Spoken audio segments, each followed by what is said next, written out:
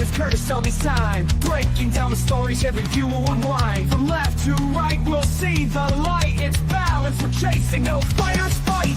Curtis Selby talking it straight. Let's hear both sides, let's communicate. Politics and reason, let's find the truth. Curtis Selby's here to bridge it for you. Debates, insights, it's all on the screen. Curtis Selby keeping it keen. Hit subscribe, stay a while, let's dive in deep with Curtis Selby. The combos you need. The combos you need.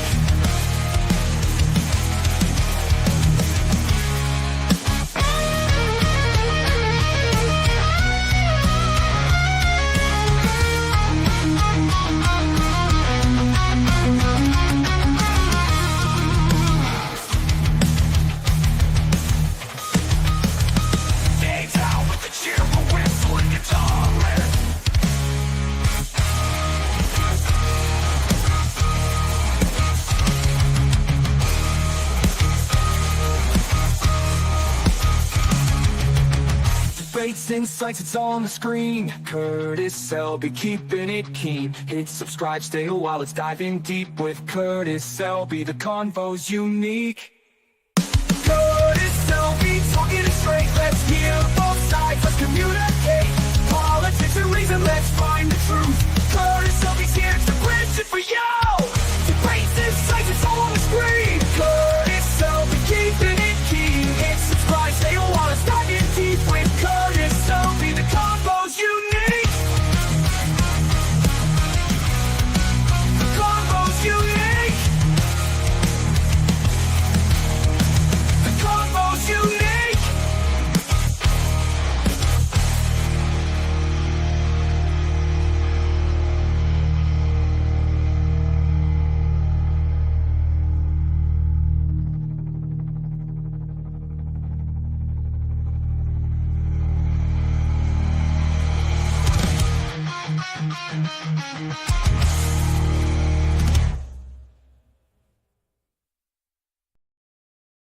And it is your tired midnight blogger. Today he's a little more tired than the regular podcast. But you know what? We shall endeavor to persevere. Welcome, everybody. It's already hopping in the chat. Everyone wants to hear about these pardons.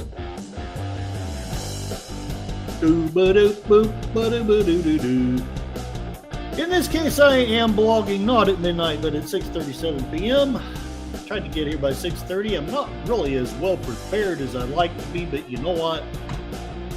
I'll at least throw something at you and see what you think of it. John Ponterero. We shall welcome John Ponterero. Howdy, howdy. Thank you very much for the links. I've got one of them up here. Hopefully I can get to it. We shall see. And we shall see if the sound continues to sound well. Huzzah! Gorilla Censor Thoughts. Keep it down. I'm trying to freeze over here in peace. No peace for you, Gorilla Censor Thoughts. None. This guy owes me money. Greetings, Sashi, the man from the future. He's going to be lurking and cooking lunch for work later. Hail to thee, Connie Cleary, faithful bird woman of YouTube. One of the great moderators. I haven't changed my thing. I was the smooth moderator on April the Sci-Fi Mombies podcast. I had a lot more spirit and spunk last night. We shall see. We shall see. We shall see. We shall see. Kaplaw! That Space Fraggle.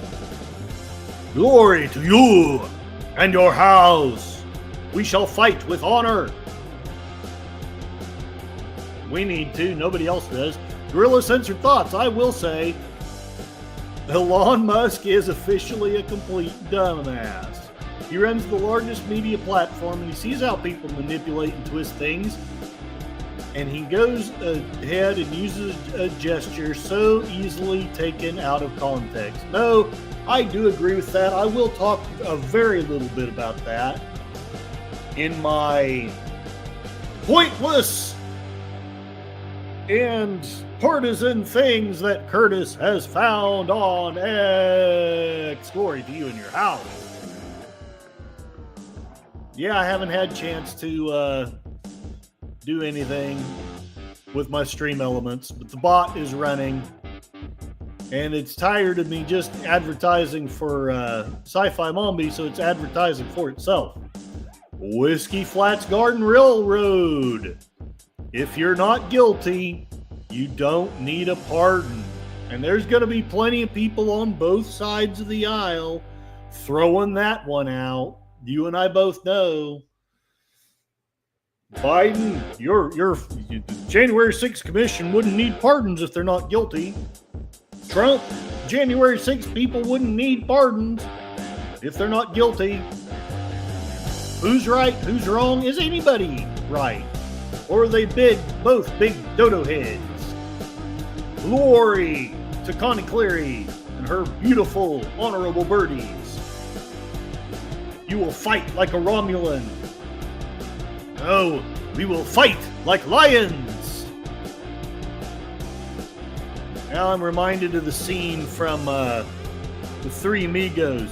You're supposed to say that we will die like dogs. But you will die like dogs. Haha, no, we will fight like lions. Outlaw Bill. Howdy, howdy. There's another wonderful creator right here. He's been doing the outlaw thing. He's been doing watch streams. He's been sharing his thoughts and experiences and stuff about football. I'm tired.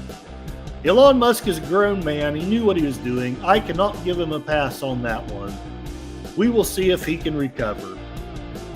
And Whiskey Flats. P may fight like a great Scot. I'm not sure I got that one. But anyway. All right. I've said hello to everybody. Let's call it a stream. Night.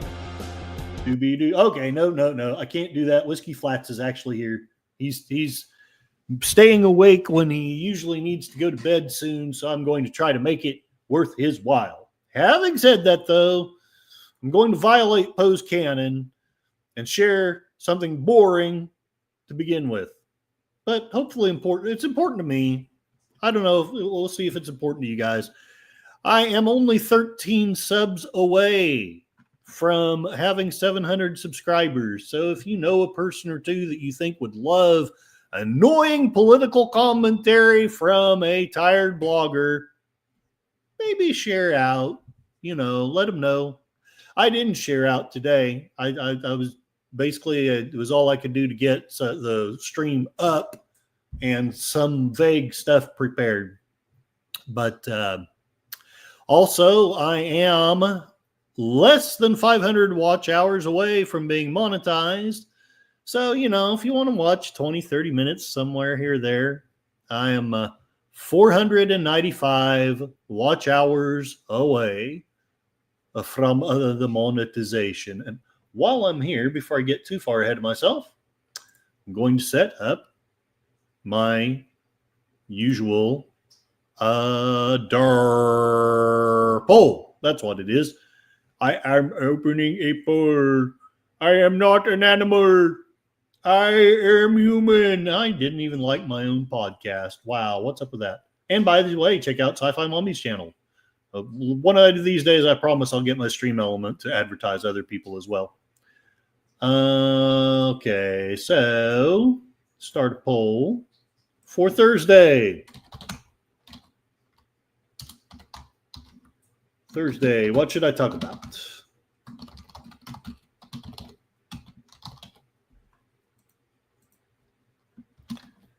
All right, let's get Fauci.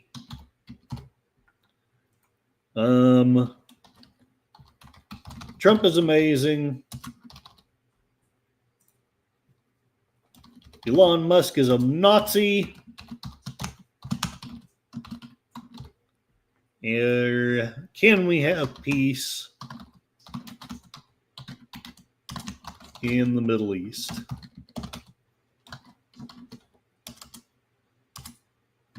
There, I'm going to have to keep it short. You only get so many characters in the poll. So feel free, vote for what you want to listen to on Thursday. Hopefully I will be a little bit prepared. And if not, well, is what it is. All right.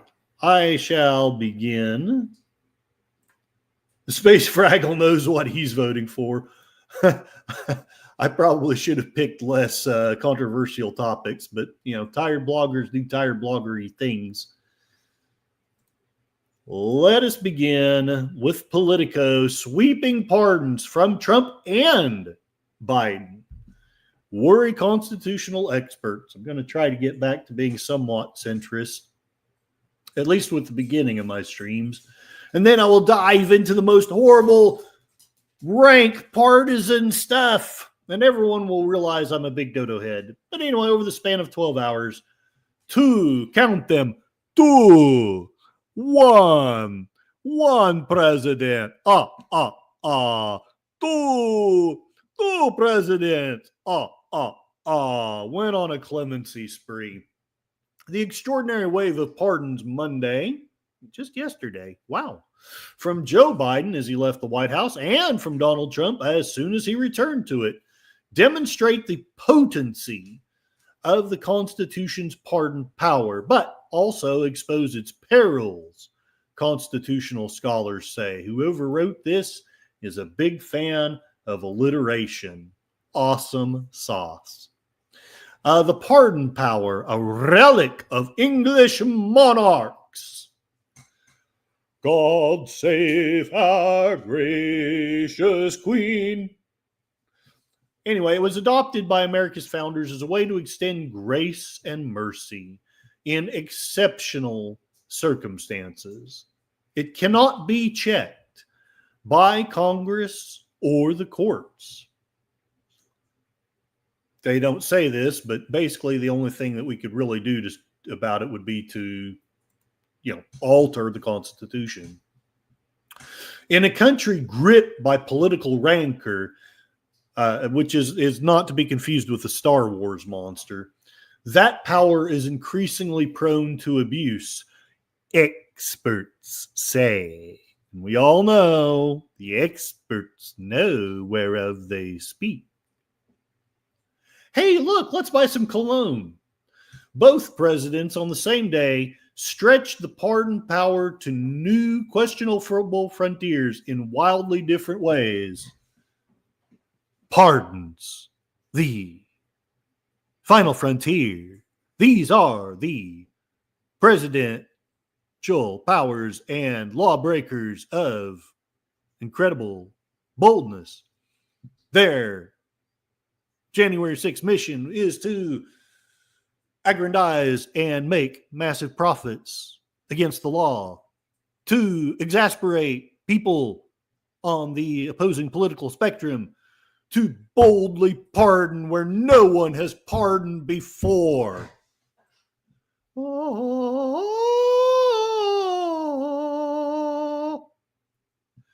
It was perhaps a constitutional mistake to give the presidents this one unchecked unilateral power, said Mark Rozelle, a George Mason University expert on presidential power.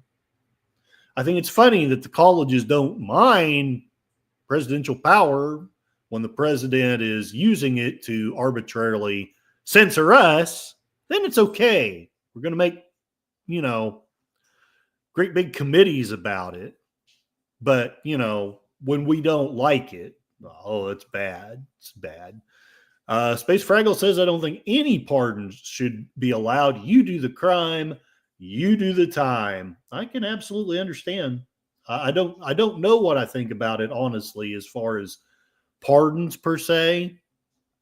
But it does seem to be more annoying every president that comes along. Pardonnez-moi, do Christopher Walken. I don't know if I can do Christopher Walken. Man, Christopher Walken. No, I can't quite do him, but I'll try.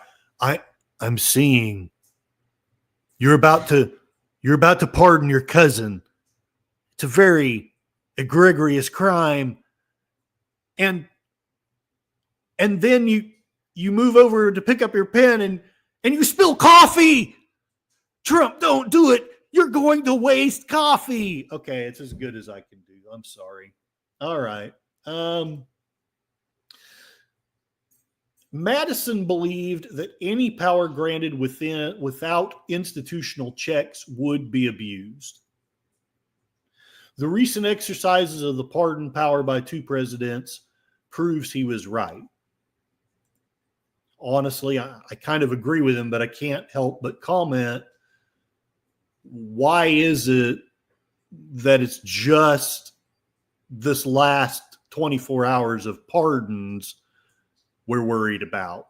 What about the other 200 and how many years have we been around? 240-ish?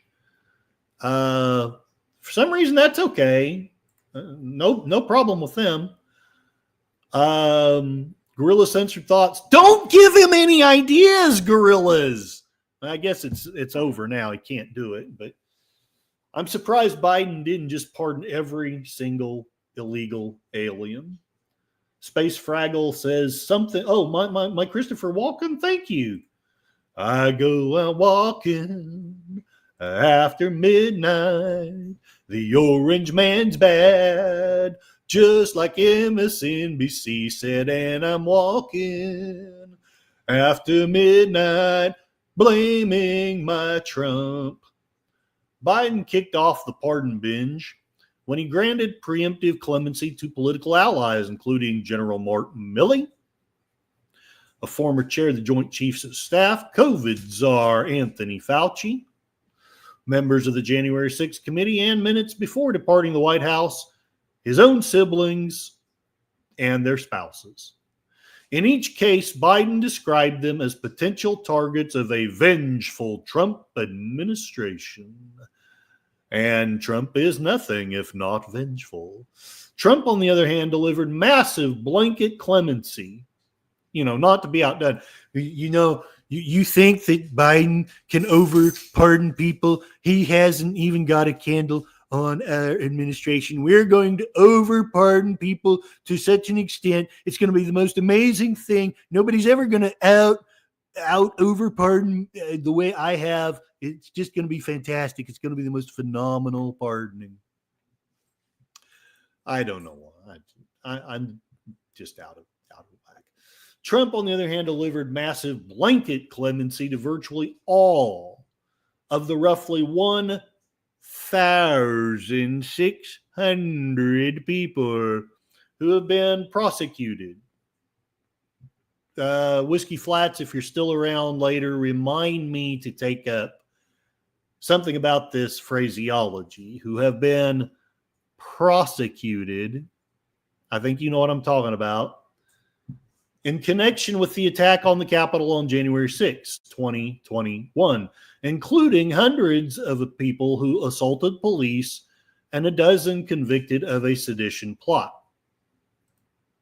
Now, while I'm being very sweepingly funny here, I hope you all do understand, while I do think that there's been some kind of narrative and hornswoggle involving January 6th, I also want to unequivocally say that anyone who committed violence, other than, in self-defense, on that day, I'm 100% good on them being convicted. I personally would not have pardoned anyone who actually performed violence on that day. That's just me. FDR immediately paroled or pardoned a sailor after he forgot to take the primer out of a torpedo when doing a demonstration for the president when he was on the USS Iowa. Luckily, the torpedo veered off and detonated. Wow. 4 years is a long time for slapping a cop. Well, I think that's a valid point. I would argue with you, except with respect to some of our liberal-ish or Democratic friends anyway, maybe not liberal, but friends from the Democrat Party. When people are saying, I know you committed 5 homicides, that's okay.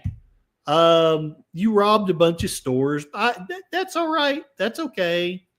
You know, when it's coming from when the criticisms are coming from those people, Space Fraggle, no, he can complain because he's actually a good person.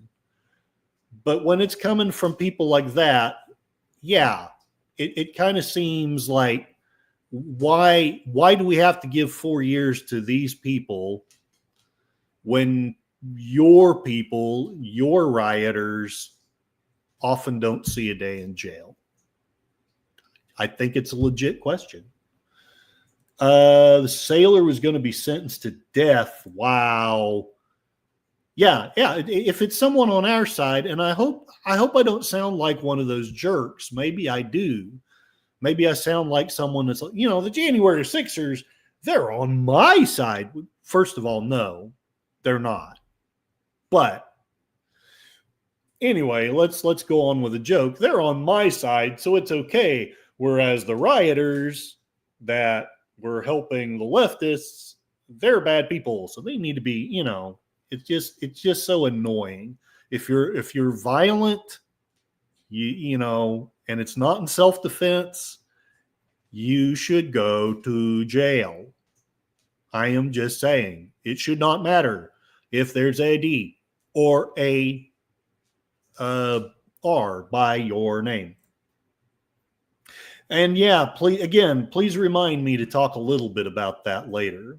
That's the issue I have with a lot of the things that have been going on, and also with the writing in this piece. In fact, you know what? Let's just look it up. It says right here that 1,600 people have been prosecuted. I'm not going to do it in front of you guys because I don't want to switch back and forth too much, but I'm going to look up on Brave, which I'm not sharing the screen with just now, how many people from January 6th have been held in prison without being charged. Let's see what we can come up with here. 3 years since 86. Those sentenced to prison terms, list of cases, District of Columbia. Hundreds of convictions. I may need some help here. If one of you knows where to find the article on all the numbers of people who've been held without being charged, please send that my way, because I can't find it right now.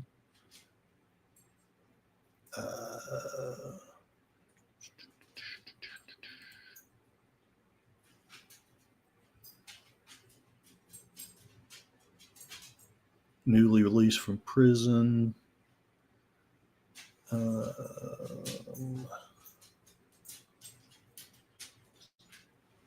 I do know that I don't feel comfortable with the fact that Trump didn't distinguish between violent and non-violent defendants. But again, that's just me.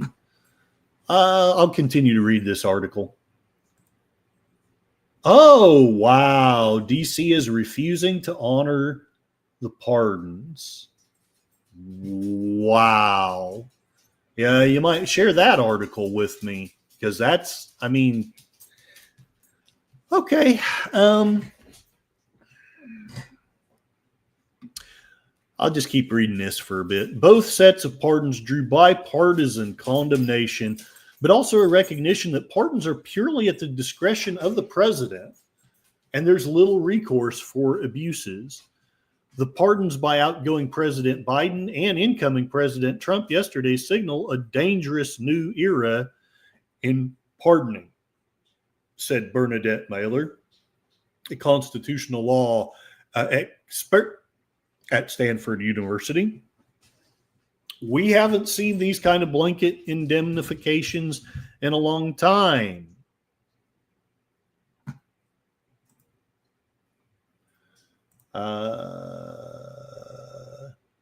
Whiskey Flats, I didn't know there was an option. I didn't either. I guess if there's an option, I guess we just don't need to honor any of their pardons, and everyone that we want to have a witch hunt on, whether it's Anthony Fauci or whether it's somebody that Trump loves, it should just be. It's in the Tim Pool video. Some people have trickled out, but not 1,500. Well, it's funny that you say that, because here in Brave, I'm looking at an article that's claiming that hundreds of people have just left the system and aren't being hardly charged at all. I just think that's interesting. I'm looking to find the other thing, and even Brave, which is supposed to be more centrist and safe and all that.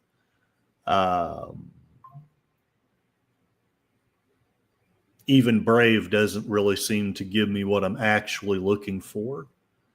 But, all right, so it's Tim Pool video. Somebody's sending me something on Twitter. Let me see if that is... No, it is not. It is not. All right. We haven't seen these kind of blanket indemnifications, perhaps since Congress and President Andrew Johnson sparred over amnesties for members of the former Confederacy.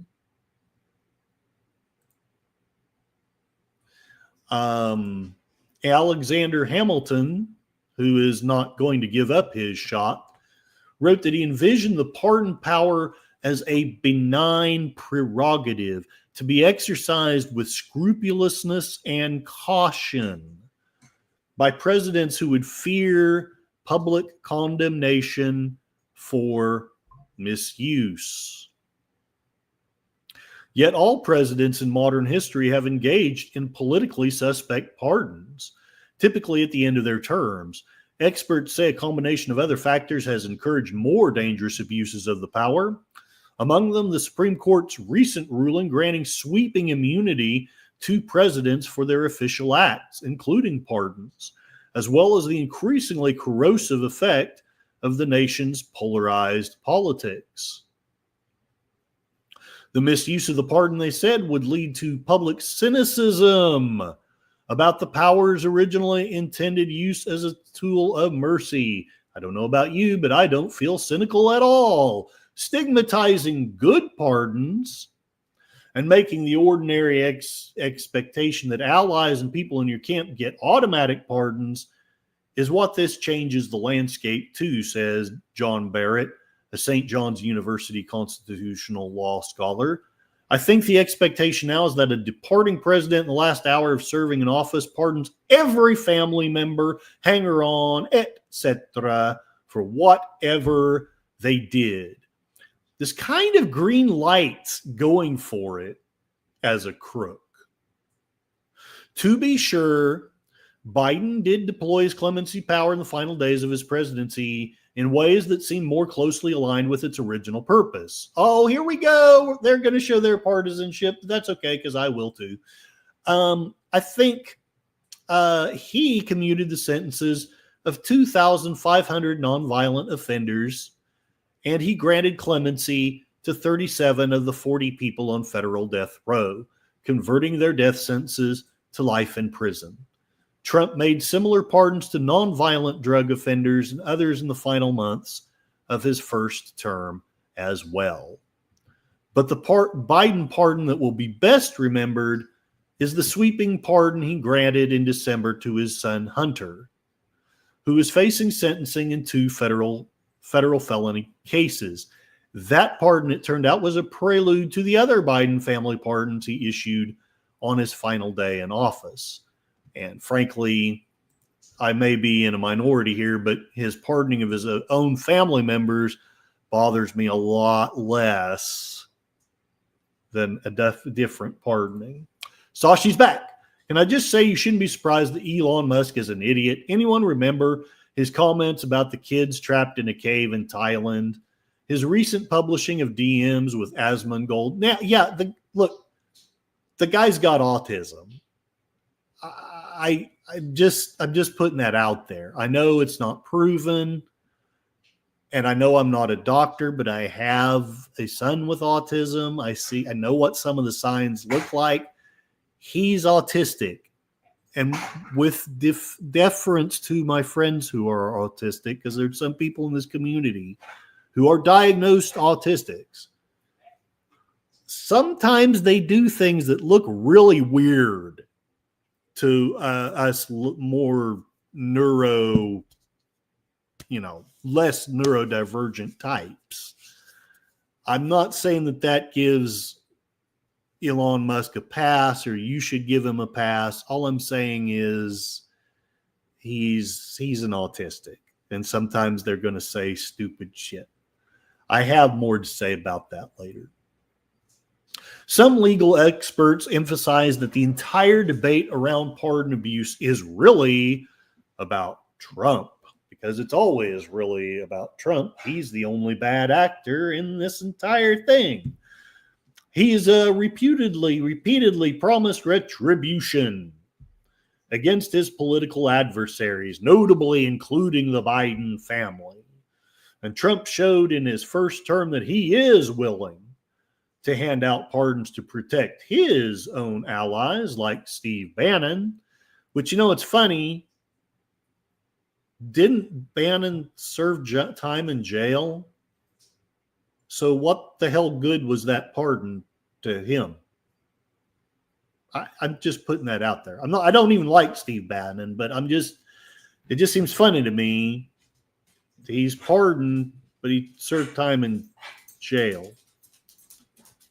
Maybe Biden's smart. Maybe we should make these things retroactive.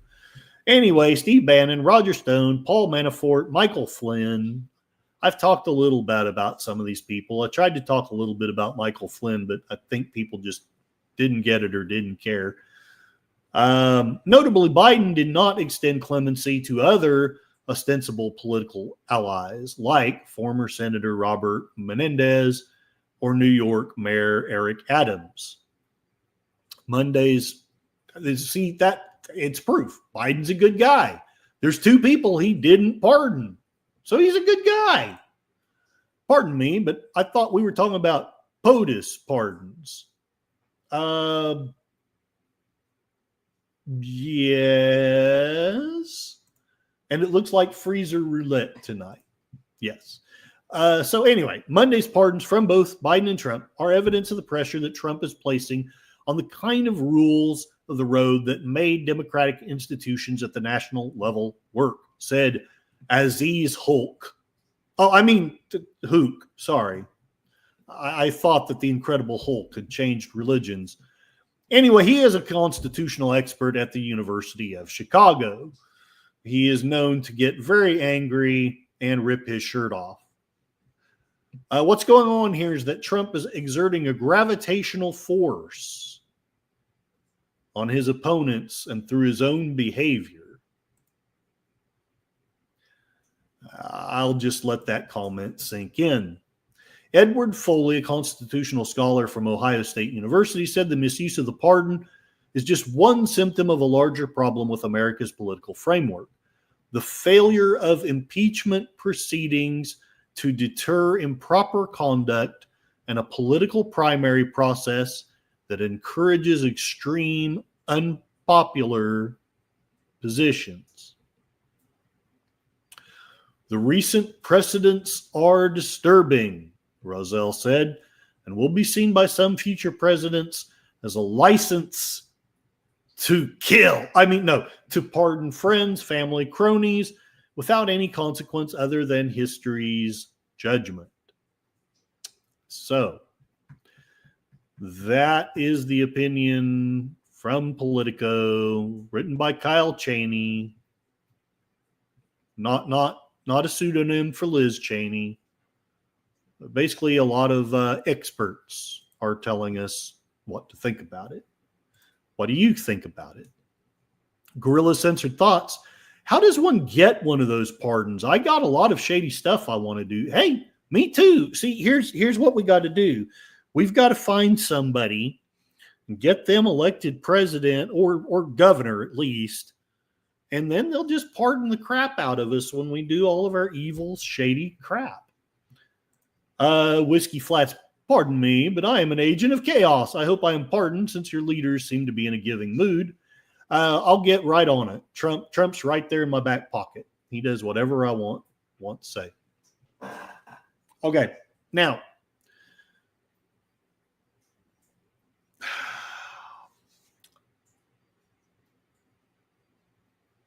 I'm afraid I'm probably nonpartisan out for the rest of the night.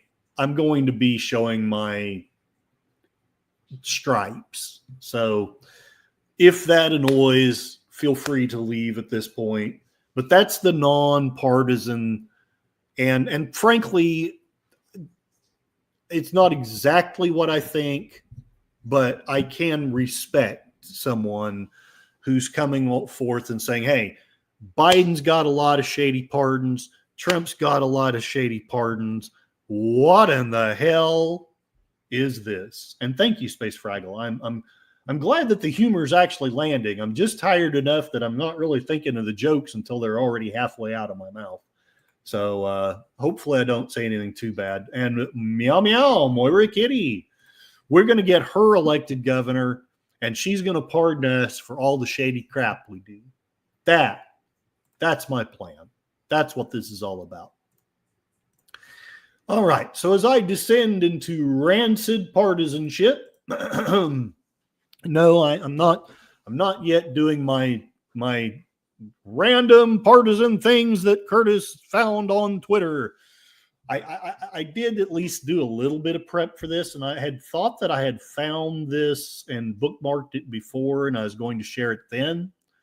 But as I was searching through it, because I wanted to be very certain to share this one, I could not find it in my bookmarks. So I am sharing it now. Don't move to Oklahoma, guerrillas. What you have to do is you have to do illegal voting. Although it is, I got to give Oklahoma this. We're backward in about every way you can think of, except, and actually Moira knows more about this. She may call bullshit on what I'm about to say, but I think we are at least less backward than most states in our requirements to show voter ID when you vote. I actually think we're ahead of the curve. And maybe the only thing in this state that we're ahead of the curve on, but I think we're ahead of the curve on that. Again, call me out more if I'm wrong, because since it's not the topic, I haven't researched it. I may be full of crap. Yeah, Sashi has gotten to where he is more nonpartisan than I am anymore, and he's not even in my country. And Lady Miss, the emoji queen of YouTube, here she is, Lady Mist. Doesn't necessarily agree with me on all things, but she's still a wonderful human being, and never yet has thrown at me that I'm a big stupid dodo head nom nom, though she may by the end of this stream. We'll find out. Curious minds want to know. So, Whiskey Flats started this stream with the statement, you don't need a pardon if you're not guilty. And I've tried to be nonpartisan about it, but it does seem, to my very limited understanding, that there does seem to be more upset in the mainstream media, and maybe rightfully so, for the Trump pardons than there have been for the Biden pardons. There seems to be a lot of upset with Republicans saying, and like I say, I really barely care about most of Biden's pardons. Fauci, maybe the January 6th pardons, those do upset me. And also the massive time range. I think it should have to be either a very specific set of crimes, or frankly, I think it should be for crimes you have been convicted of. I think it's bullshit that you just pardon someone and that they haven't even gone to trial. What the hell? I get. I'm going to give them a pass because we live in this time, and Trump is a big dodo head, and he's going to lead a big tyranny, and he's going after all of his political conventions, and I'm building the scaffold and the guillotine in my backyard for all my political opponents. But all right, people saying hi to each other.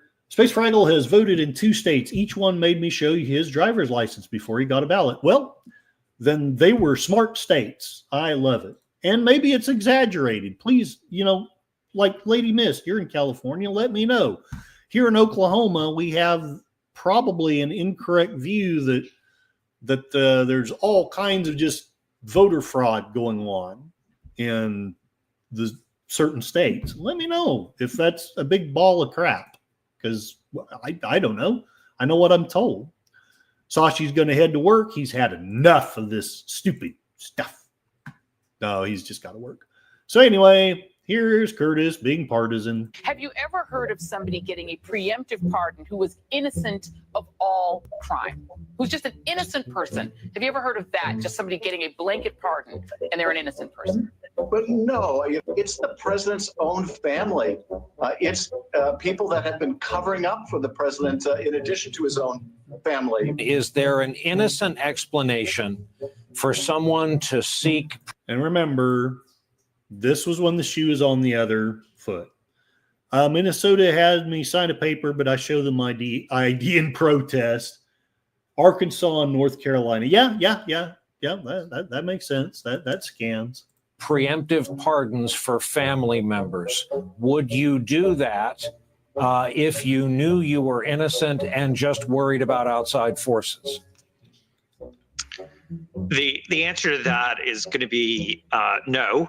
If you haven't done anything wrong, you sit there and go, what do you need a preemptive pardon for? If he pardons people preemptively, he's essentially telling the public that these people have committed crimes. And we may not be aware of what they are, but the pardon is clear evidence that crimes have been committed. I imagine if he decides to issue these preemptive pardons, it will be cast in a way that he is protecting his family and protecting their reputations from, villainous exterior forces that are against him. First off, we should just take a deep breath and acknowledge the audacity of a president who's so clearly concerned about his own criminal culpability and that of his family members that pardons are a major obsession with him. The idea of a kind of prospective pardon, this sort of permanent federal get out of jail free card, that seems to be what we're talking about in the case of this, right? With Giuliani and his 3 eldest children, who, as far as we...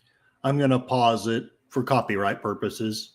And also, please let me know if you're hearing this stuff. There are 2 ways to look at this, too. Let's face it. The one way to look at it is the way this creator is looking at it. In other words, well, when Trump was doing it, he was bad, and now Biden's doing it, and that's okay. I suppose another way to look at it is maybe Biden or whoever's in charge realized Trump was brilliant. Let's preemptively pardon people. This is the most amazing idea ever. And so now it's just going to be the rampant thing. Like, I think if I'm ever president, I'm just going to write a blanket pardon written such that anyone that I ever decide to pardon going forward for the rest of my life is pardoned, period. What do you guys think about that? Like Whiskey Flats here, the sound is much improved. Thank you very much. You know what? If I'm president, Whiskey, I think you should just be able to do whatever the hell you want from now on. So I'm writing out a preemptive pardon. And now if you guys can just get me elected president, Whiskey Flats here can just do anything he wants. And nobody's ever going to be able to punish him. All these folks do not have to accept the pardons. If they do, and this is a good point, this is something that I don't know that many people are pointing out. So thank you for pointing it out, John. The Fifth Amendment doesn't apply when someone who's pardoned federally testifies. See, the Fifth Amendment doesn't apply because they can't condemn themselves anymore. There's no way that they can be hurt by their testimony. So, Guerrilla Censored Thoughts, let me know ahead of time so I can get my shady stuff done. In fact, you know what? I think just everybody in the chat, that's my promise to you. You get me to that presidential office and you'll never be guilty of a crime again. They aren't even able to admit Trump has any good qualities or ideas. Right on. Whiskey Flats plans on it and is voting for me. Vote for Curtis. Your crimes will never count again. Have not been convicted of a crime. Maybe they've committed a lot and they don't want to face action. I don't know. It's weird. I wouldn't ask for a pardon. I don't think I deserve one because I don't think I've done anything criminal. But like, where does that come from? That concept you can just kind of wave your magic pardon wand. We have Tish James. We have Xavier Becerra. Mimi Roca is literally my DA in my town. There will be opportunities to prosecute these people regardless if they abuse the pardon power as they are thinking. Hopefully, Ellie, there will be a skyfall on this entire crime family, and there will be another day for them to die. The president does indeed pardon, let's say, Rudy Giuliani or any members of his family. Would you see that, and I asked Preet Bharara this question, as essentially an admission of guilt? I certainly would view it that way. I think millions of Americans would view it that way. If there was no belief in criminality, why would he think a pardon was necessary? CNN has learned President Biden will pardon his son, Hunter Biden. And also, I do like that this creator shares, because I think you all understand that if it weren't for the pardon against Fauci, I honestly don't know that I'd even be doing this stream. I barely give two craps. Maybe it's because I'm jaded and just assume that everyone's a criminal and a thug anymore, but I really barely care that Biden pardoned his own family, because in fairness, I get, if I'm a Democrat, I'm looking at what Trump did and I'm thinking, Biden should pardon his own family. That Trump could do it. We can do it too. But I think the Fauci pardon is a step too far. And this is exactly why. All crimes since January 1st of 2014. Again, this to me it's just flagrant abuse of the pardon thing. If, as they insist, Fauci has done no wrong, then why, I mean, seriously, why does he need a pardon? Well, Trump's going to persecute him. Number one, he didn't fire him during the COVID debacle. So I kind of doubt that he'll really persecute him. I think other people like Kennedy might try to. I'll be blunt. If I was in office, I would try to. That's the one and only person in Washington that I actually do want to see on a freaking trial, because I would like to figure out what the hell happened 4 years ago.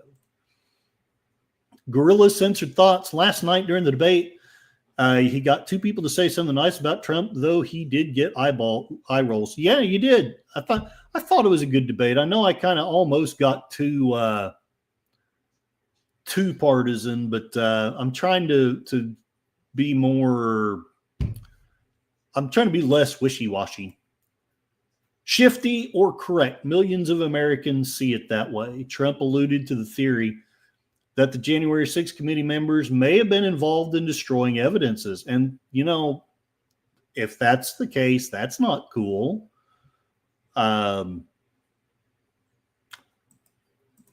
Millie should be charged with treason.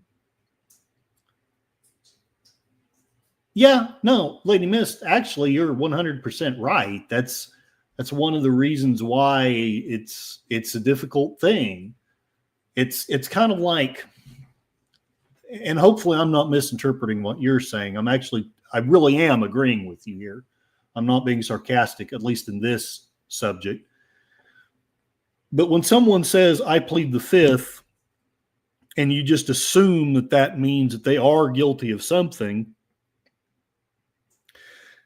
to me, that's always been the same logic as the statement of, so how many times have you beaten your wife? It's a logical fallacy because there's no way to answer that without just looking like a complete jerk.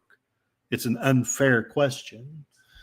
As far as being mad at the doctor, it's not the topic, so I'm not going to get very deep into it. But my anger with the doctor, it involves many lies that we've been told. It involves people trying to control us when they had no need to control us. It involves vastly exaggerating how deadly the virus was so that they could justify controlling us. And lastly of all, I think that he had a hand in the research that ended up causing it to spread. And I think he then lied about it to us. I have not finished the real Anthony Fauci. People don't seem to be very interested in me talking about it, so I haven't finished it. But that's where I believe he's done wrong. Because it's not the topic, we're probably just going to have to agree to disagree on this one for now. But Whiskey Flats wants 10 years of free reign. Fauci needs to turn down the pardon. Yeah, well, I'll respect him a lot more if he does. You know, I'll crayfish some of this if he does and think, well, maybe I'm wrong. Enigma Severus, greetings. How is Cortissimo? I am well. I'm tired as heck, but I am endeavoring to persevere. Mark Malnikoff, Kapla, glory to you and your house. Just dropping in from the dilithium mines to say Kapla. Order 66 has been executed. Yeah, I still prefer my old nickname of Cortissimo del Fuego, but Cortito isn't so bad either. You tell them I don't beat my wife. Yeah, but that's just it. That's just it, gorillas. It doesn't work because you just end up sounding defensive. Trust me, I've been on the other end of this one. I know exactly where it goes. There literally is nothing you can say. It just plants that seed and you're the bad person from then on. Yeah, I get it, Lady Mist. It sounds like it should work, but it doesn't. That's why it's an unfair question. Now, if you ask the question, have you beaten your wife? That's a fair question because then I can say yes or no. But when you ask the question, how many times have you beaten your wife? One, it asks the question under the assumption that you do. You've already been tried and found guilty under that question. And number two, it just plants that seed. You know, asking, hey, do you beat your wife? That plants a little bit of a seed, but how many times have you beaten your wife? That plants the whole freaking garden. Trust me, it works. I've seen it work. I've had it work against me. Gorilla Censored Thoughts. Fauci sent money to Peter Daszak through EcoHealth Alliance, who then sent the money to labs in China. We were going to bribe China to create the viruses. They're going to kill so many people. Nobody's ever going to kill more people than this virus has. It's going to be fantastic. It's going to be the greatest deadly virus it's ever been. YouTube's going to burn me for that. DJ Ronnie G, hail and well met. How does one get a wife? You know, I got one at one time. I'm not sure that I could do it again. Tell me my ways. No, you don't want to know my ways. I only attract the crazy ones. If I could get one like Lady Mist, But she sees through all my guises. Curse her and her logical mind. I'm just teasing, Lady Miss. You're wonderful. Enigma Severus, can't beat my wife in chess if I don't have one. I played my... Nah, I don't want to go into that story. Mark Malikov, let's turn that around. What happens when a husband says, my wife beats me? It doesn't work both ways. Trust me on that one, too. Nobody gives a shit if your wife beats you. But anyway, that's neither here nor there. So I'm going to be completely unfair and unpartisan, or partisan. Ha ha ha.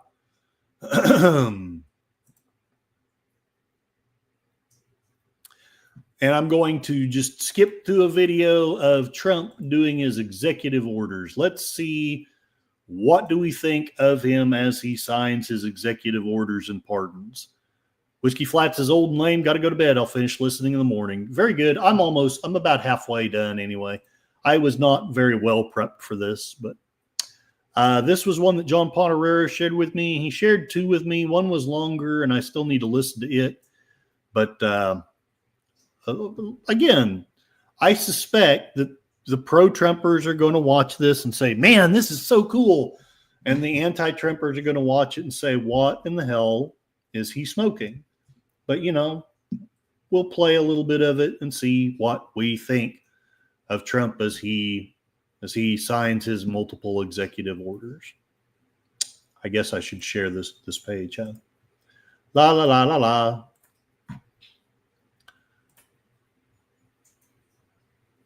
All right. And I got to read this letter, too, because of you. All right. I found this letter. I can read it for you. It's interesting. Yeah, I know you would. Your father would, too.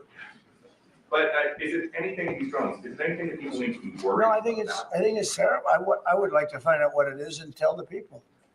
And can you commit to some kind of... In fact, I'd like to do that. Could we find out what that was, Susie? Okay. Yeah, why don't we find out immediately? I mean, I can't imagine it's an enemy, or there would have been, people would have gotten blown up all over. Maybe they were testing things. I don't know why they wouldn't have said what it was. They had a lot of them flying over Bedminster, which is interesting, right? And with the events today and yesterday, was everything moved inside just for cold weather, or was there some kind of security? No security. Because they had everything shut down to drones. You can shut that down pretty easily if you're sophisticated. They're very sophisticated, these people. No, it was just cold weather, and we made a good move. And I want to point out that I now have a second reason for wanting to be president. Look at those amazing Keurigs in the background. Or those medals. I don't know. They look like Keurigs to me. Y'all let me know what you think they are. Gorilla Censored Thoughts. Got a boner with a lot of the executive orders. Good night to all. Thanks for supporting my friend. Y'all are some good people. They're all good people. Whether they agree with me or not, they are all good people. Mark Malnikoff is wise. I'm standing back and watching what he does, not what he says. Lady Miss wants to know how the COVID got started, but do we now put doctors in jail that didn't follow the government agendas? I would never allow someone to hit me. They would lose their arm and then something. Anyway, yes, indeed. That is awesome. As far as doctors, I hope you do understand the irony of the statement. There were doctors who lost their licenses. There were doctors who were threatened with prison. I can't remember if they were actually put in there. There were people who lost military careers. You do know that, right? If you don't, we'll have to do a post about that. But that's the irony of your question. Doctors were harassed, lost their careers. This is why I'm mad at him. If he had just said, this doctor over here is wrong, that would be one thing. But yanking their license, saying that people were a dangerous threat, when many of them were just quoting legitimate research, legitimate government research, National Institute of Health website pages, but they're criminals. This is why I'm so upset with Fauci. And frankly, I don't understand why you defend him, because I don't see that he did anything for you or anyone else. I think he just grew an enormous amount of power for himself and took an enormous amount of money for himself. And now all of a sudden he realizes that he finally went too far after 20, 30, 40 years of bullying the people that worked under him. And, but it's okay, because he got a pardon, got a preemptive pardon. Enigma Severus, any chance I could change the subject for a second? Would you be willing to let me promote? Yes. Yeah, go ahead. Drop that in the stream, and we'll be happy to do that. Enigma needs some test people for his new project. He's investigating a virus that only attacks Anthony Fauci. Space Fraggle, the one that cracked me up was his executive order to change the name of the Gulf of Mexico to the Gulf of America. Delusions of grandeur. I don't know what to make of that. I was pretty sure he was joking. I don't know. Maybe he's just taking the joke too far. Lady Mist, I feel sorry for all those that went to see him get sworn in and paid money, then just got forgotten and left in the cold. Lady Mist doesn't know of anyone that he took the licenses from. Well, I will, you know what? Here, I've got the book. Let me read you a name or two or 20. I'll read the names until you're tired of me reading them.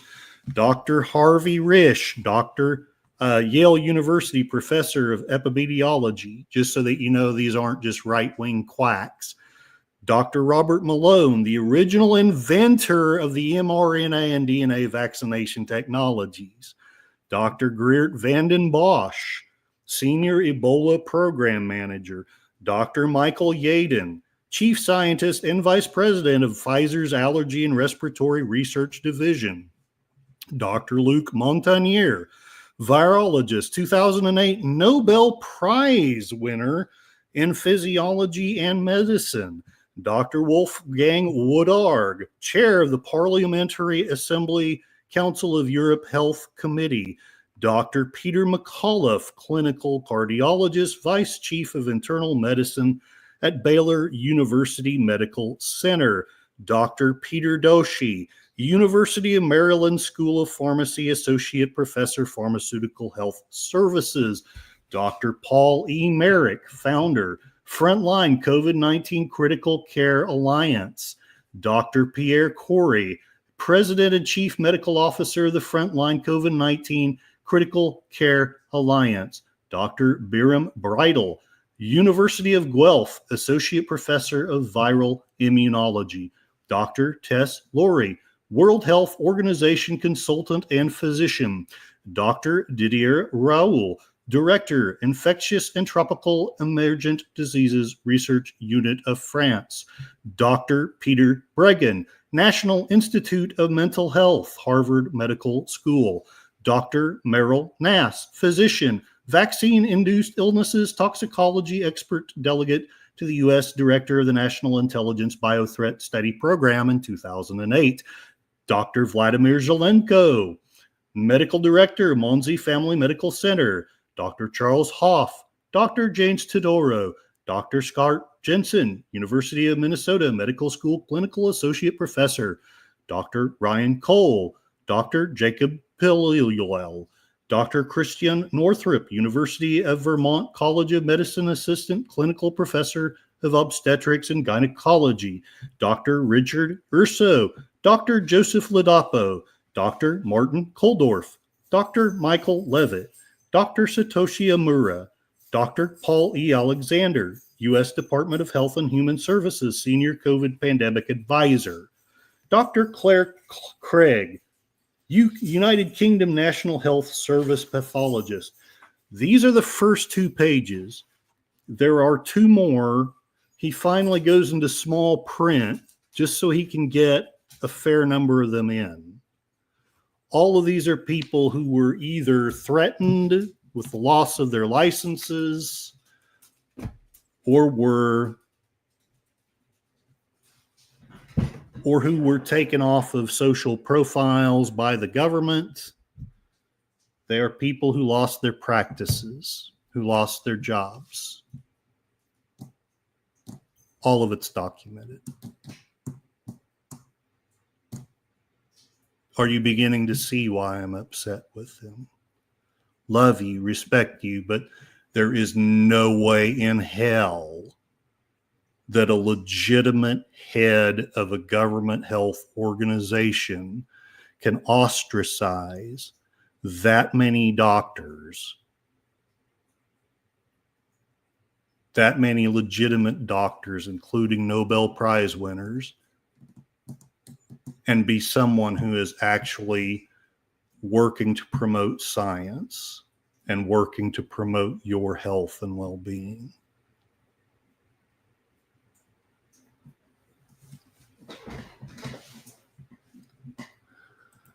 All right.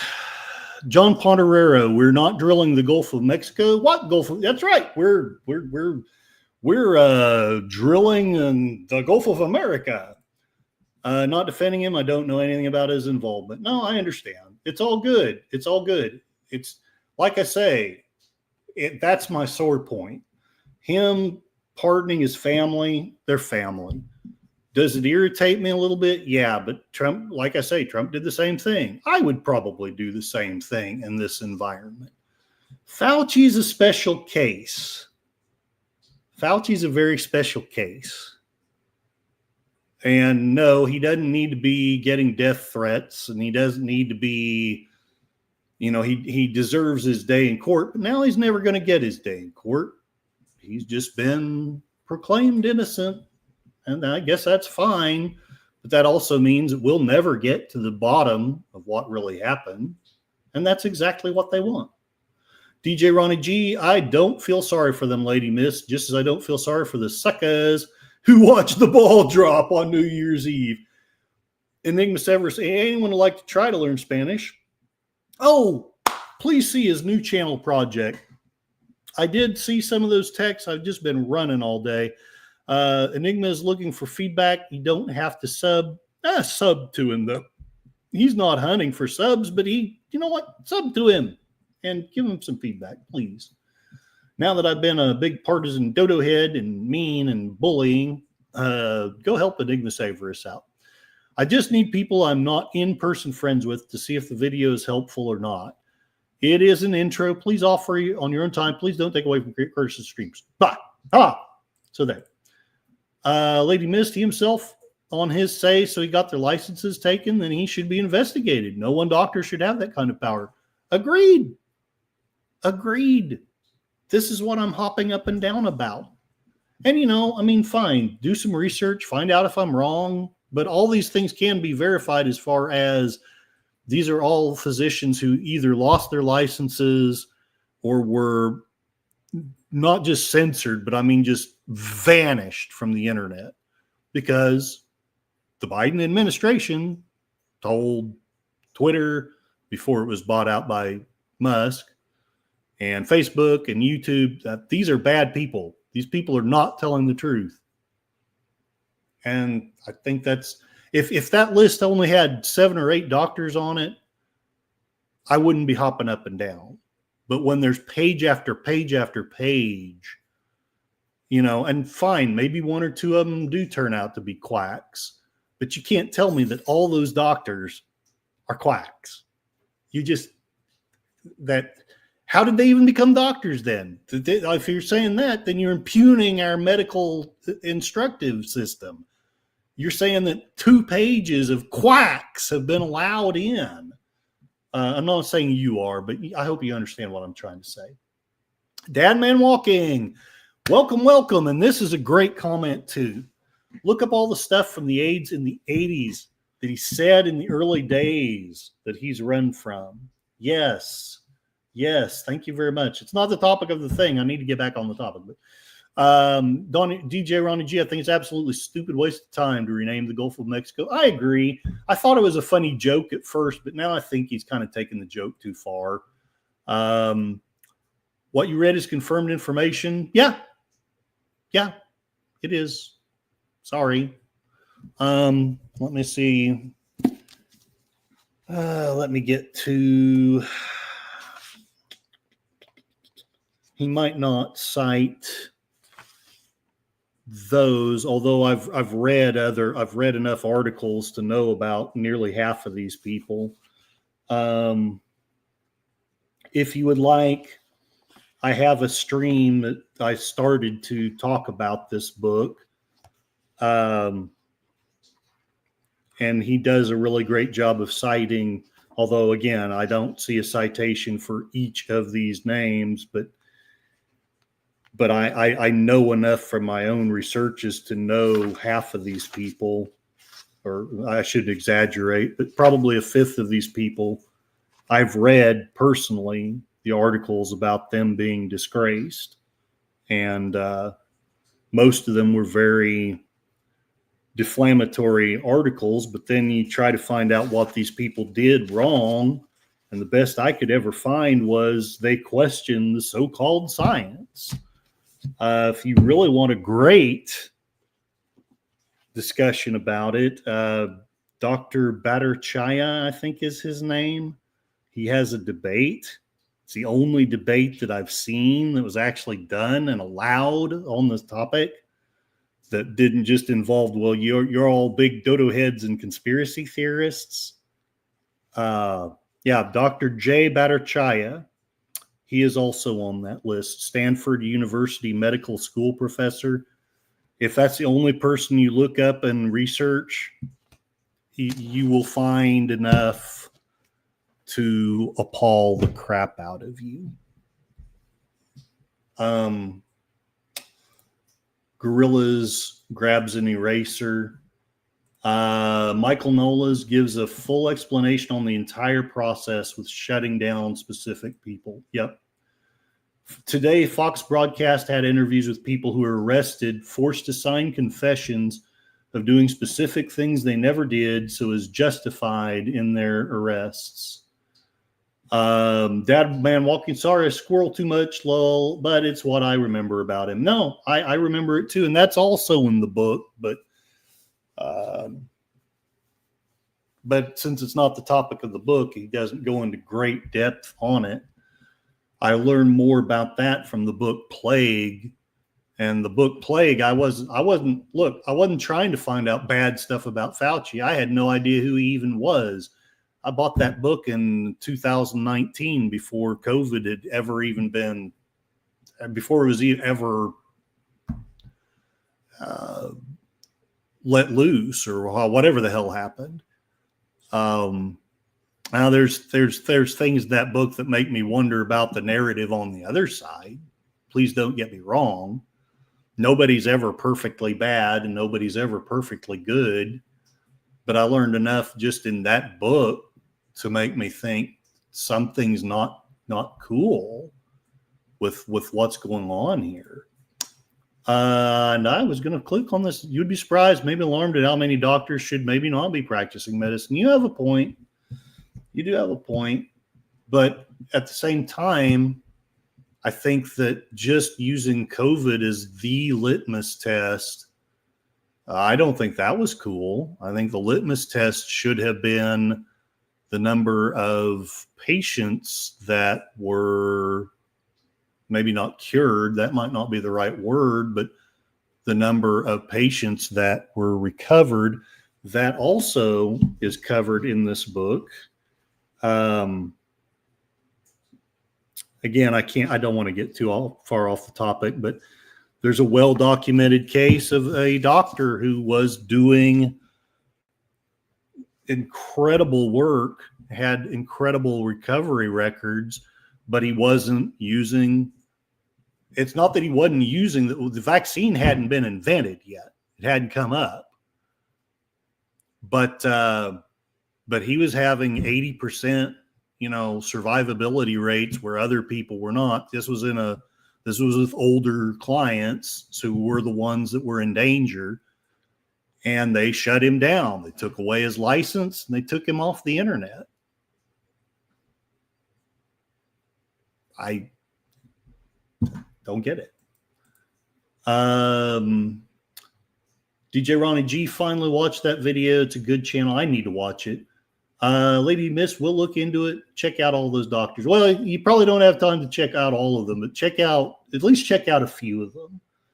You know, you probably will. If you search it enough, there's enough names there, just statistically speaking. There probably are one or two that are just freaking quacks. But to me, you would have to, at least a minimum of 20% of these doctors you would have to prove to me that they're quacks without all the COVID crap, like in some other way. And then I would go back to listening to the narrative of the other side. And maybe Fauci was a good person in all this. Enigma Severus, I'm sorry, this is a different book, The Plague. You are correct, though. There's another book, The Plague, which I need to read one of these days. It's Albert Camus. It's very prophetic fictional work. I need to read that one of these days. Enigma Severus, Lady Mist, I'm not wanting to be rude. I feel some of your arguments seem to suggest that a minor point you're making wants to justify a bigger point. Might not be 100% right. We all do that, though, Enigma. I don't want to beat up on her too much. Hell, I'm probably doing that with this entire podcast. Let's see what other things Trump has to say about random pardons and executive orders. Oh, because first of all, I thought it was incredible in the Capitol today.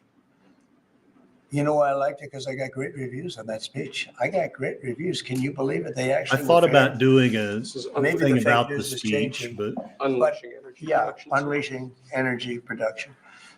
But I thought it was. I think having it in the Capitol is Enigma, Lady Mist is going to get you.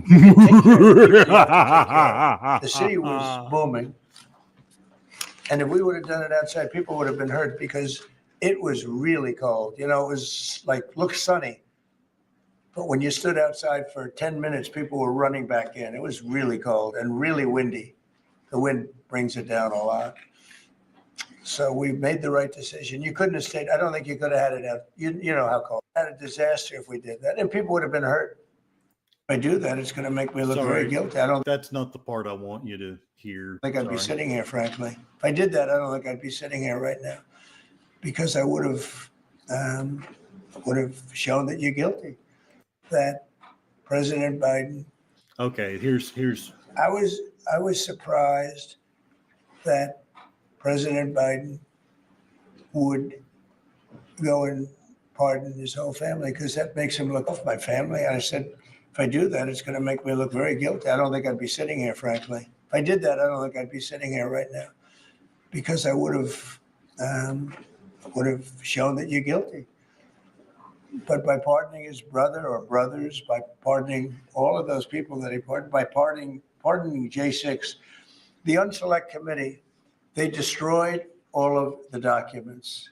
Okay, so that's the part I wanted to share. Do you think that's true? Because if it is, then he has a point. And if it isn't, then maybe he's just being petty. I have no problem with the January 6th committee existing, because there should have been an investigation. I honestly don't even necessarily have a problem with their findings, because if you look at just the one side narrative, yeah, it's pretty friggin' bad. And as I stressed before, I disagree with Trump, not so much about pardoning January 6th people, but about pardoning people who committed violence.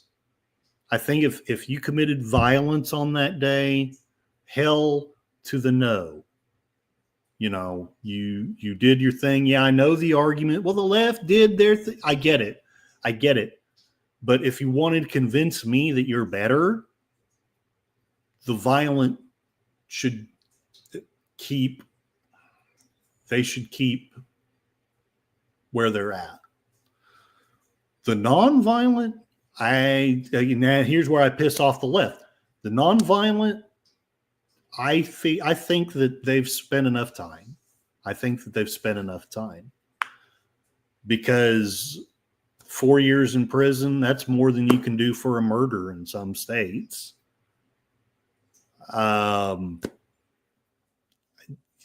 If you didn't commit violence, then I think that it's a complete travesty that you're still in jail, or that you haven't had your trial. And I was hoping to find that article, but I may not find it by now. Lady Mist has a thick skin.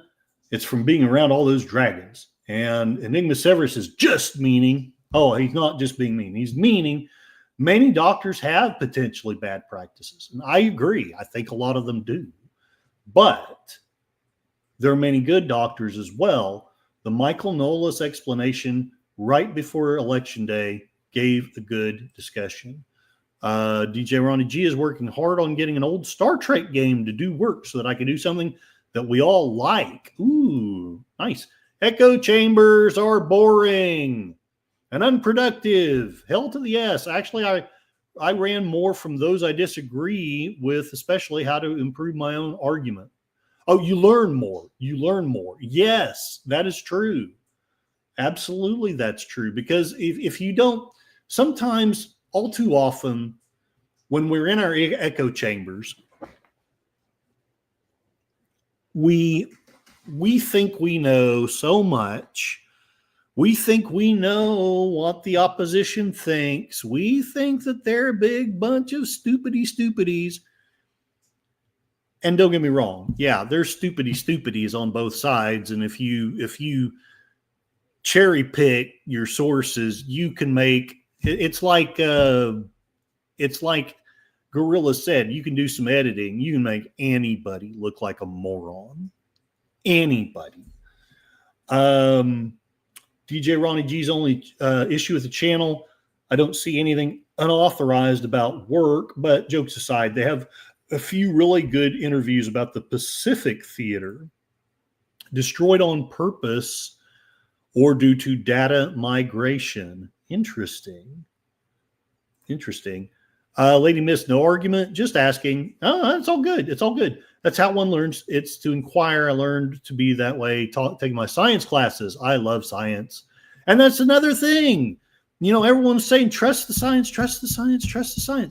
Okay, so you've taken science classes, so you know science is about asking questions. So let's say, just as an example, I get that, say, Steve Bannon coming up to Fauci or some right-wing Fox News guy coming up to Fauci. Oh, your science is just a bunch of crap. Look, I get it. There's no real legitimate debate there. There's no real scientific questioning there. But Bhattacharya, amongst others, like probably half the names that I read, are actually classical liberals. A lot of them voted for Biden. Bhattacharya voted for Biden. And he asked questions. And because he asked questions, he was one of the lucky ones. All he did was just disappear from the internet. He, was still allowed to be a professor. Otherwise, we probably wouldn't be hearing about it. But all he did was basically ask, hey, what about this or that? And because he asked the question, simply because he asked the question, he was censored. And I would respectfully suggest, I know you know this, that's not science. That's oppression.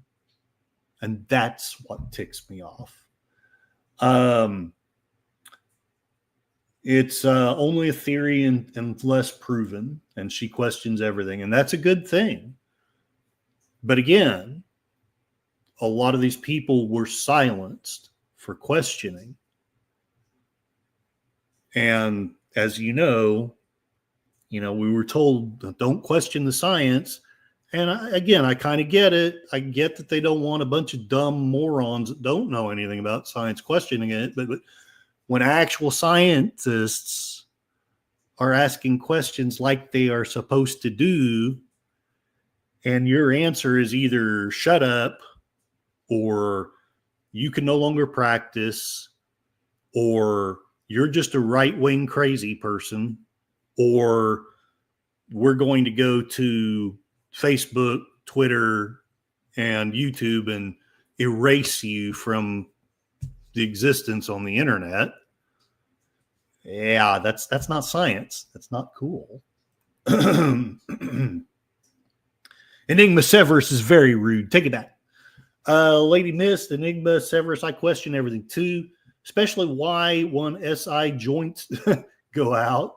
And then the other ones, I put one back in. Very annoying. I also question why I want Reese's at night. Yes, why do you want Reese's at night?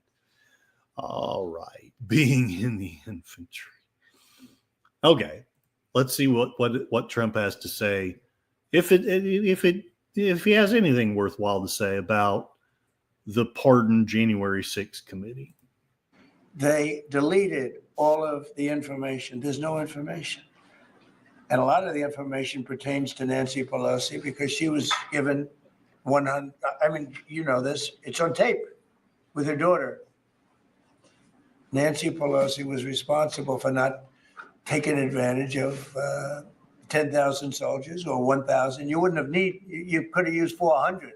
It was a relatively small crowd. It wasn't the crowd that was at the mall. It was a small crowd. So I was a little bit surprised that he did it because it makes him look guilty. I mean, he's going to have to live with it. Now, with that being said, it's unbelievable precedent it creates for a president. But the precedent is unbelievable. Now, maybe every president that leaves office, they're going to pardon every person they ever met so they don't have some lunatic like deranged Jack Smith, who's a total lunatic, by the way. Not a smart guy either. He's a dummy. All right. I think he's made his point there. Whether he's right or not, I'm not saying you have to agree with him. I just wanted to share that. Reese's are a gift from the sugar gods. Man, you guys are making me hungry. Okay. So here's the deal.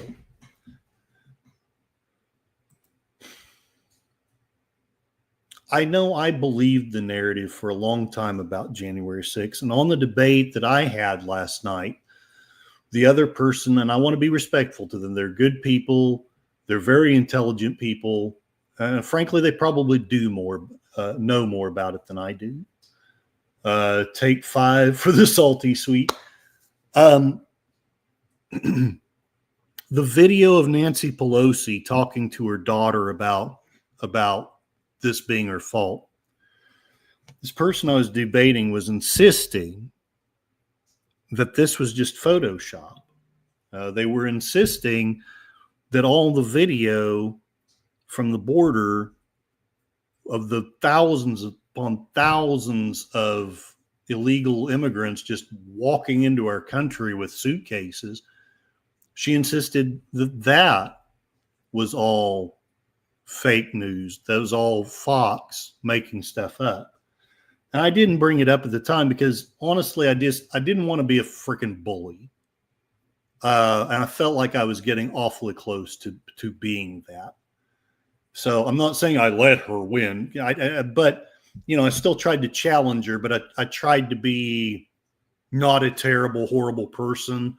I tried not to make it, you're a bad person for thinking that, but I disagree. And the reason I disagree is I think it's always just too convenient, and both sides do it. Both sides, fake things, but both sides also just insist that everything that supports the opposition is just fake. The January 6th stuff, that was all just a bunch of fake stuff that CNN did.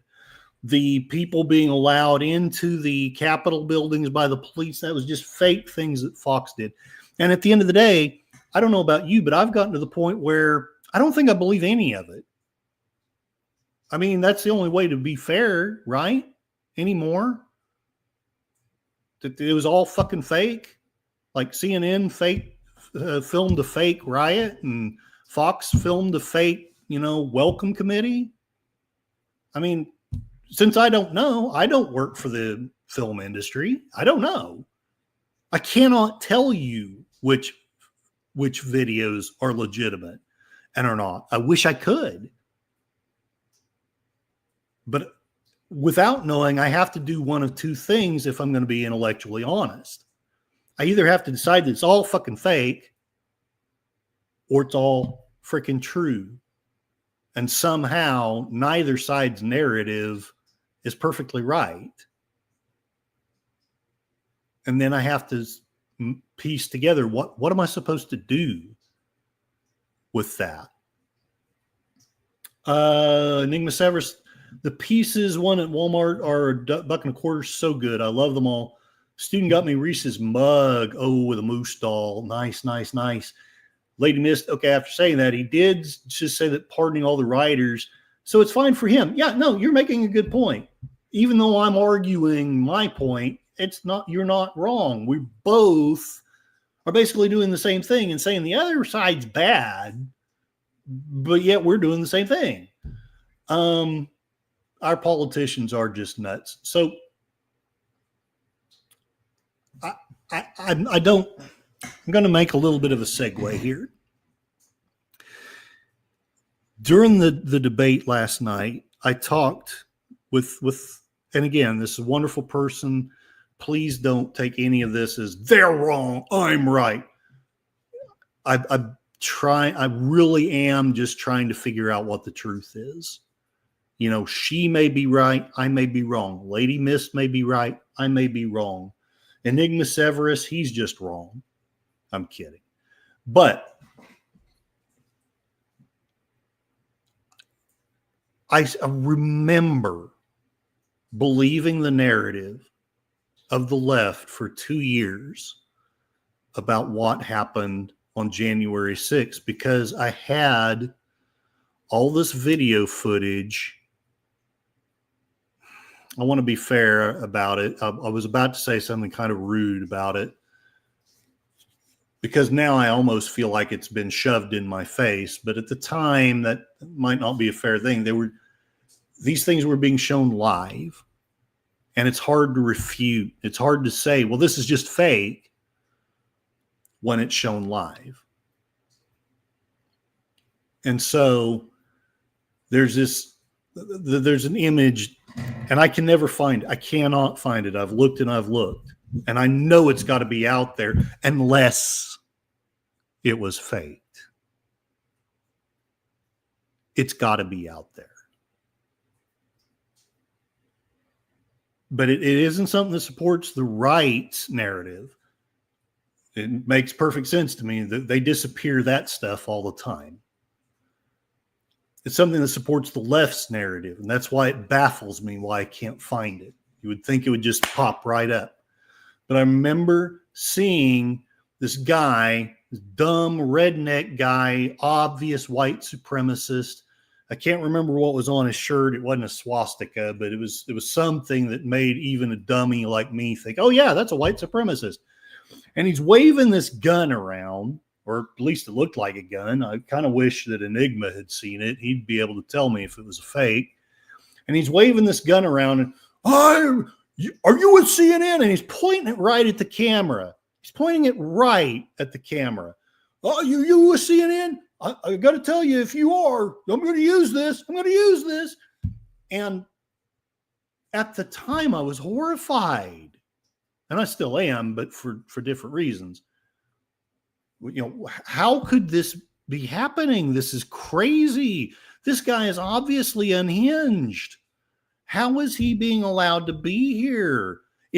Can it be that this guy, this idiot, is actually on the same side as the people that I voted for? Did I really vote for a villain? And then I learned some things like it is at least possible that there were FBI plants there. In fact, it is quite probable. And I think to myself, was this guy ever prosecuted? And then I try to figure out, well, how many people were prosecuted?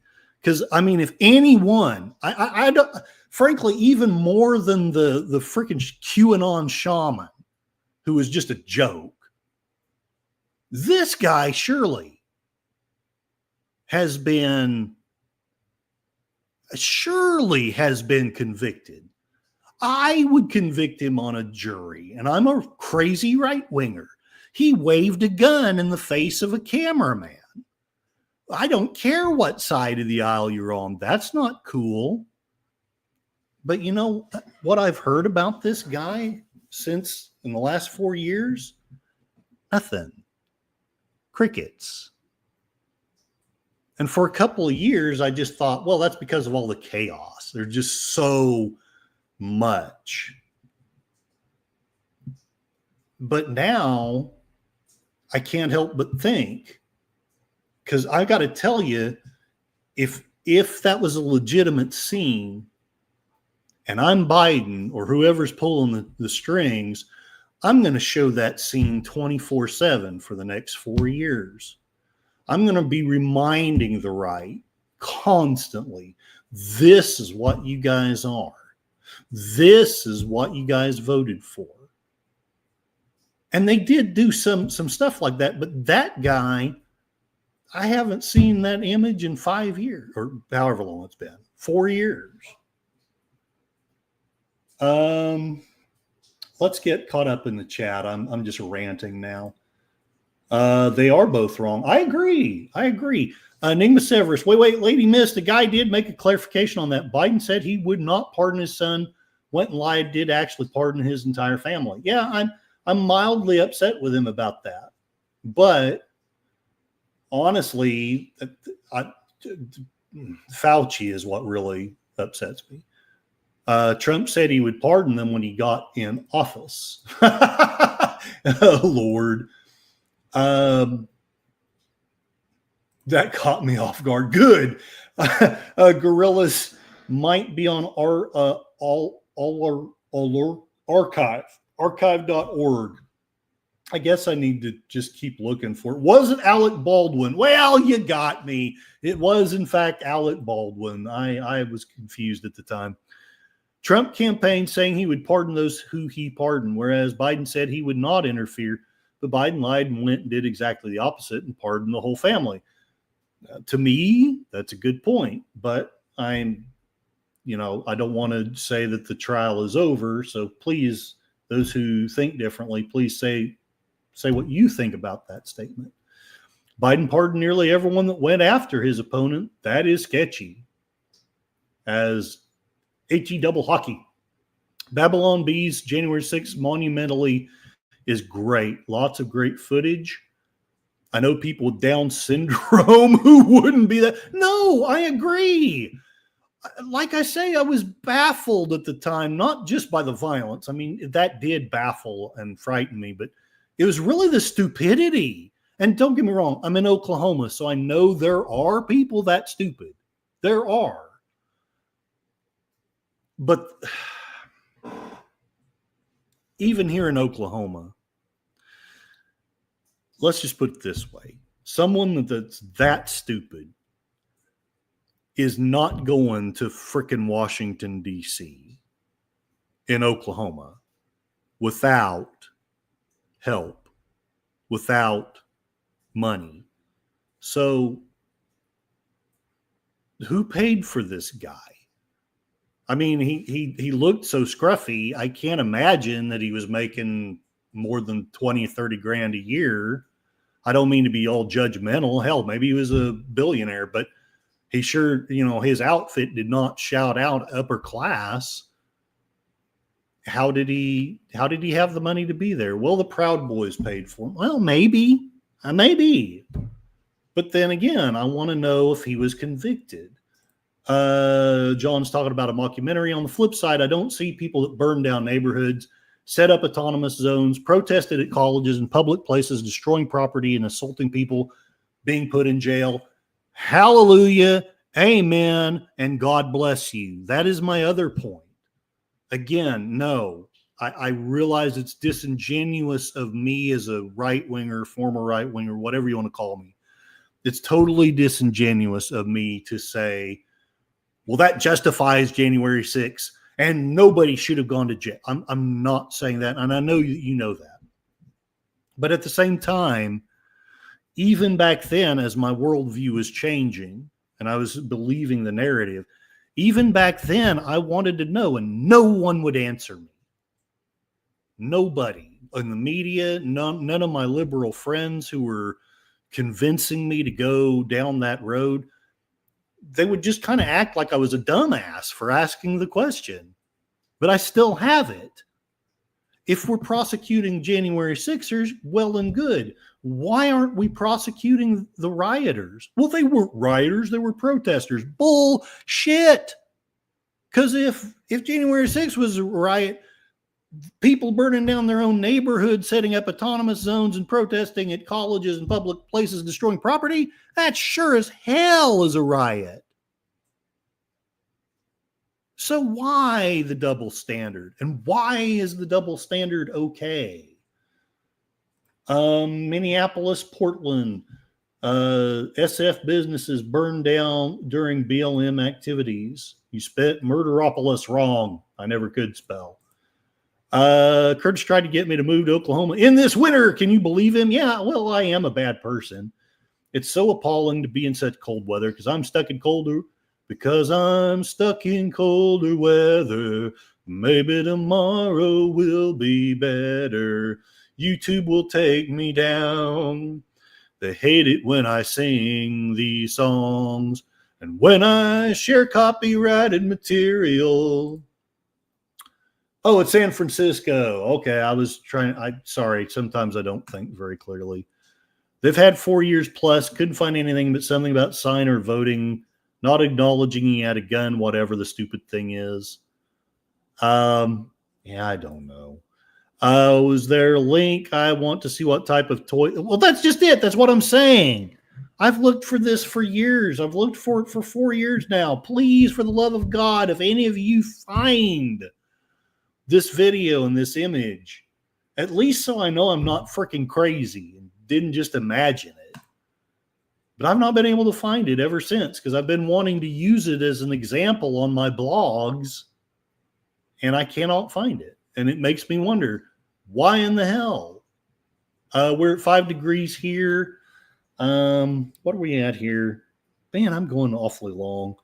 We're at 10 degrees here, so suck it, everybody. It's tropical here in Tonkawa.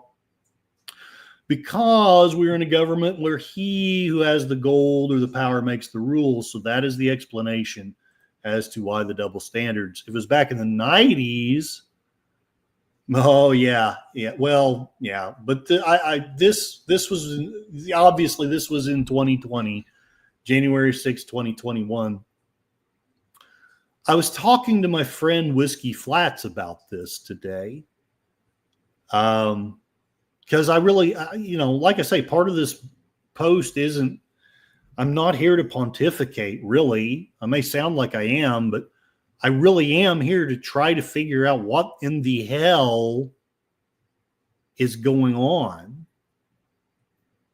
And there's so much contradictory crap, and there's so much of two different narratives, and your narrative's fake, but mine's legit, and then you find out that both sides have a lot of fake, and both sides have some legit. I'm going to go ahead and share this page. I don't know how productive this will be, but this is one of the things, because I desperately was trying to find it earlier today. How many January 6 rioters had guns? Because if I knew that, then I could at least kind of narrow it down.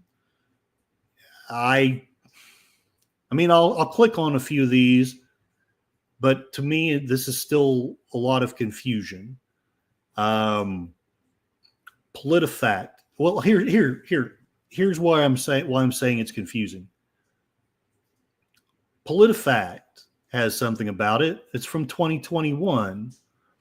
I'm being told that a lot of people haven't even had their cases yet.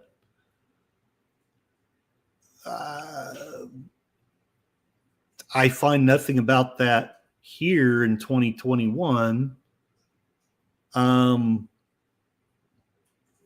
Fact check. Somebody was saying that the FBI didn't recover any guns at the Capitol riot. I've heard that too. But USA Today says that's not so. But as far as I can tell, let me get the share to a different part.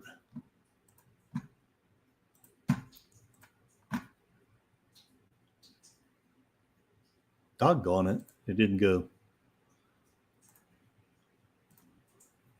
I said I want to see you again, but I'm stuck in colder weather. Fact check claim about FBI official who said the Bureau recovered no guns is missing context.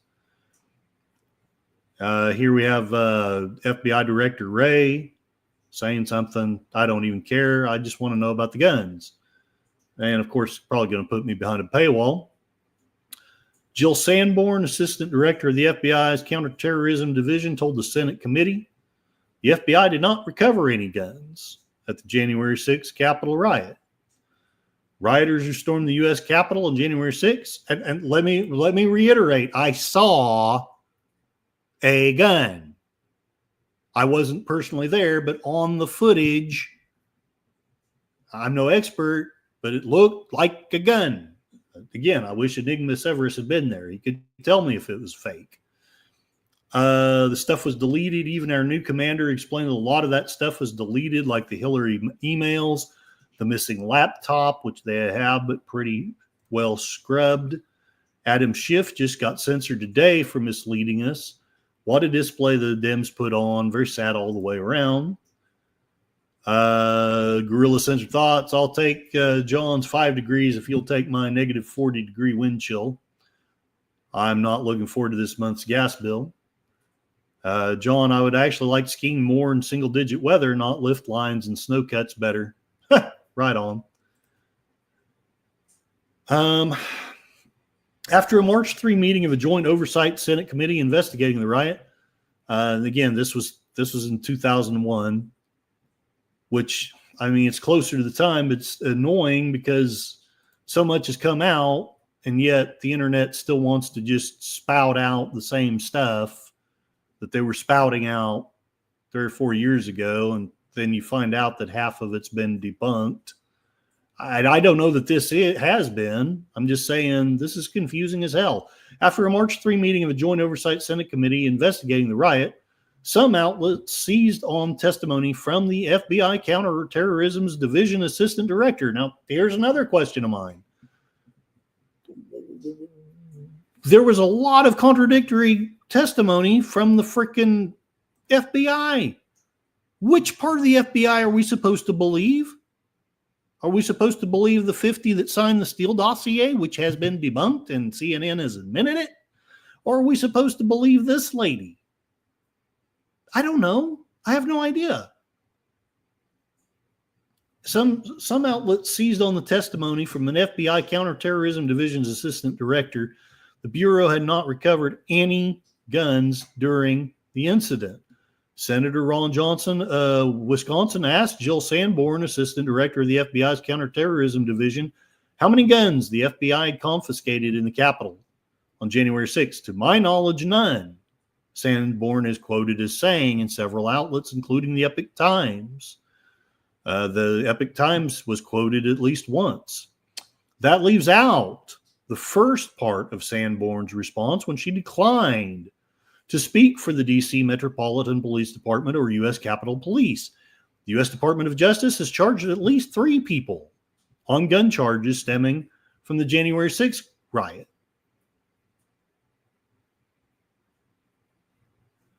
Do you know why I'm pausing? This was supposedly a freaking riot. I saw people running around with guns, and yet we're only charging 3 people on gun charges?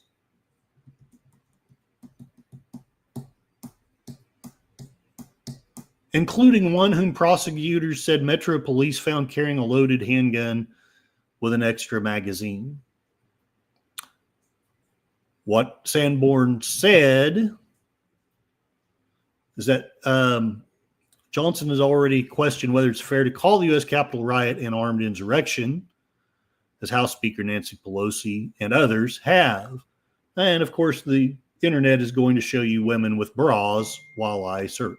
The Milwaukee Journal-Sentinel reported last month that Johnson told the radio station, this doesn't seem like an armed insurrection to me. I mean, when you hear armed, don't you think of firearms? Johnson said. Here's the question I would like to ask. How many firearms were confiscated? How many shots were fired? I'd like to know all that too.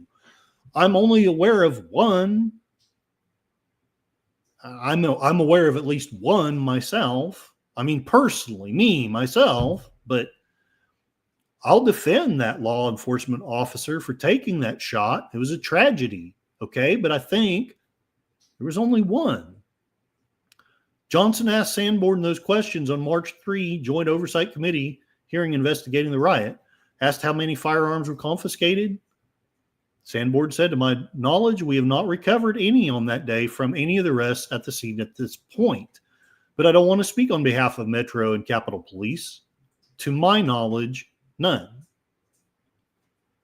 Sanborn later noted that the investigators found a firearm in search of a vehicle, also had Molotov cocktails. The only shots fired that day, she said, were from an officer who shot and killed a woman inside the Capitol. Is anyone else confused by that article? It's supposed to be refuting the point. Maybe I'm just a dumbass, but it almost seems to be making the point to me that there don't seem to have been as many guns as you would have thought. Enigma Severus found it. Pretty sure it's a spray thing. Check my messages. I've seen a video where they stopped a lot of people with guns. They all had badges. All right, let me check my messages. Is this on Twitter or which messenger are you using, sir? Blah, blah, blah. All right. Geez, I need to check my messages more often. Doo-dee-doo-dee-doo. No, actually, that's not it, sir. But yeah, it's a good, that image does, I mean, it supports the narrative that there was something that you could call a riot. But no, that's not it. He didn't, the shirt wasn't flannel. The guy showed his face. He was waving something that at least to my untrained eye looked like a gun. Sorry, I had to sneeze. Not a taser, although it could have been a taser. My eye is not that trained, but John, I believe there were FBI associated bad actors, and that's what I've come to believe. Please tell me if you think I'm wrong. I thought I saw some decent footage of Antifa-looking folks changing into MAGA gear right near the Capitol. Enigma is sighing. I appreciate the effort, by the way, Enigma. It's just that wasn't the footage that I remember. But it's, I mean, I suspect we'll never see it, because I suspect that there was something about it that somebody called BS on, and they disappeared it. I'll never know. I never sent the video. Can't remember who posted it a couple of years ago. Do I even want to read the rest of this? Yeah, I'll read the rest of this since I've begun. Okay, so gun charges related to the Capitol riot. So far, as of 2021, in this freaking riot, at least 3 people have been charged in federal court in the District of Columbia with gun crimes related to the Capitol riot, according to the U.S. Department of Justice. Christopher Alberts of Maryland was charged with unlawful possession of a firearm on Capitol grounds or buildings, carrying a pistol without a license, and possession of a large-capacity ammunition feeding device. A Metro police officer said Alberts, who was wearing a bulletproof vest, had a bulge on his right hip. It turned out to be a loaded handgun with a spare 12-round magazine. So, I mean, hell, maybe that was the guy. Let me look up a picture of him. Christopher Alberts of Maryland.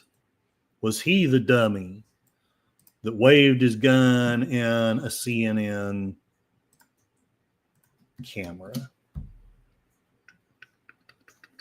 Images. Emoji.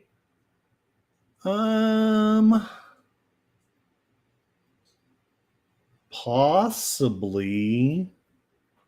Because the guy was bearded. Christopher Alberts attended vigil at a DC jail. I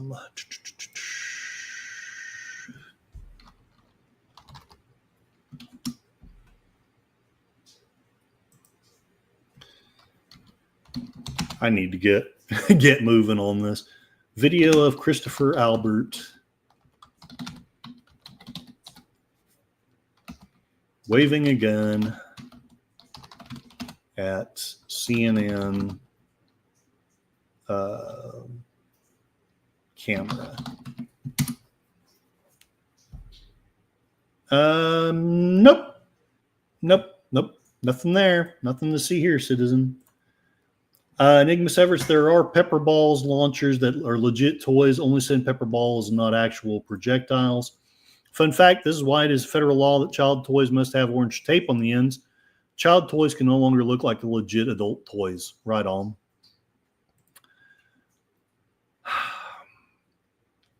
Federal prosecutors have also charged Lonnie Kaufman of Alabama with possession. Kaufman had a black handgun in the seat of his pickup truck. I honestly suspect that's not it, because the guy I saw was not in a pickup truck. He was just he was like around a big mob of angry people. Bomb squad recovered 11 Molotov cocktails. The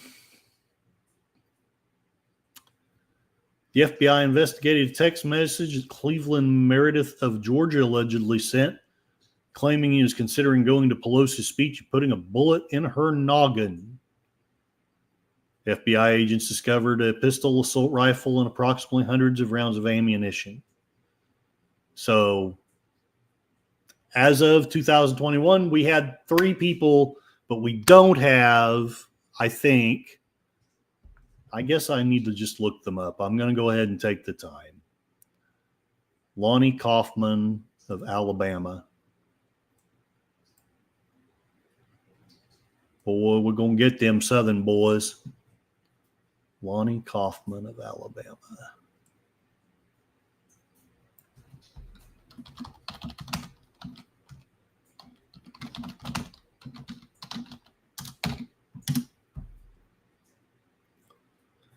Hey, yeah, that wasn't him. He's not a bearded person. And Cleveland Meredith of Georgia.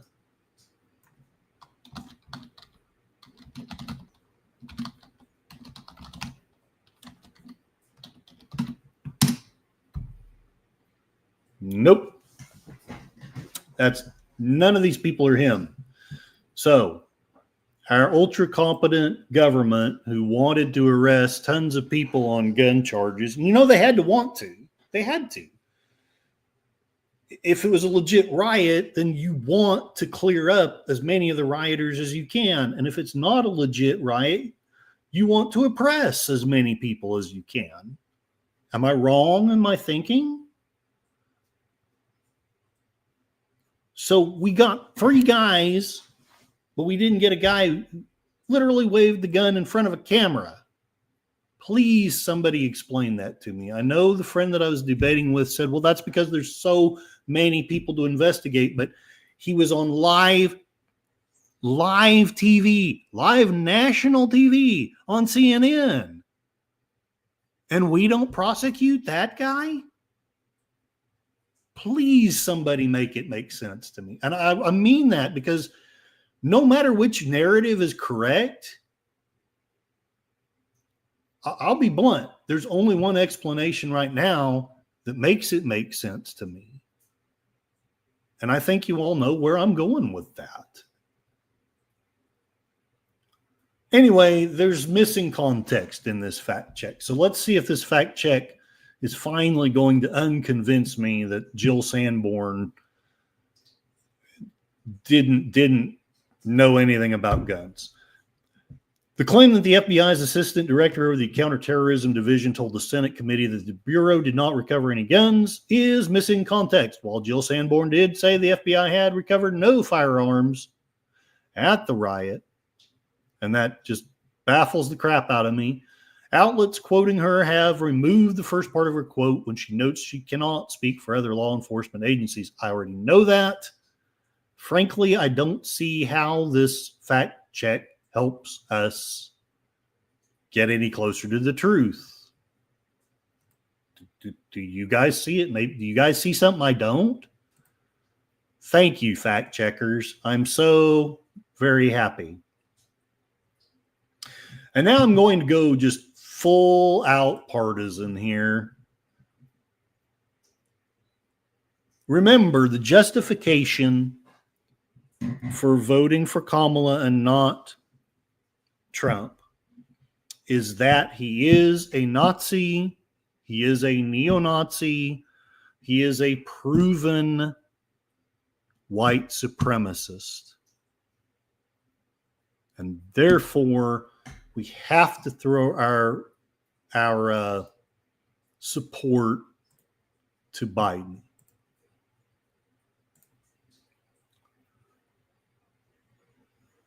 Newsweek, October the 1st, 2020. Joe Biden giving the eulogy of the KKK recruiter Robert Byrd resurfaced after Trump doesn't condemn white supremacists. Well, number one, if you've listened to this channel, you know he did. Trump did condemn white supremacists.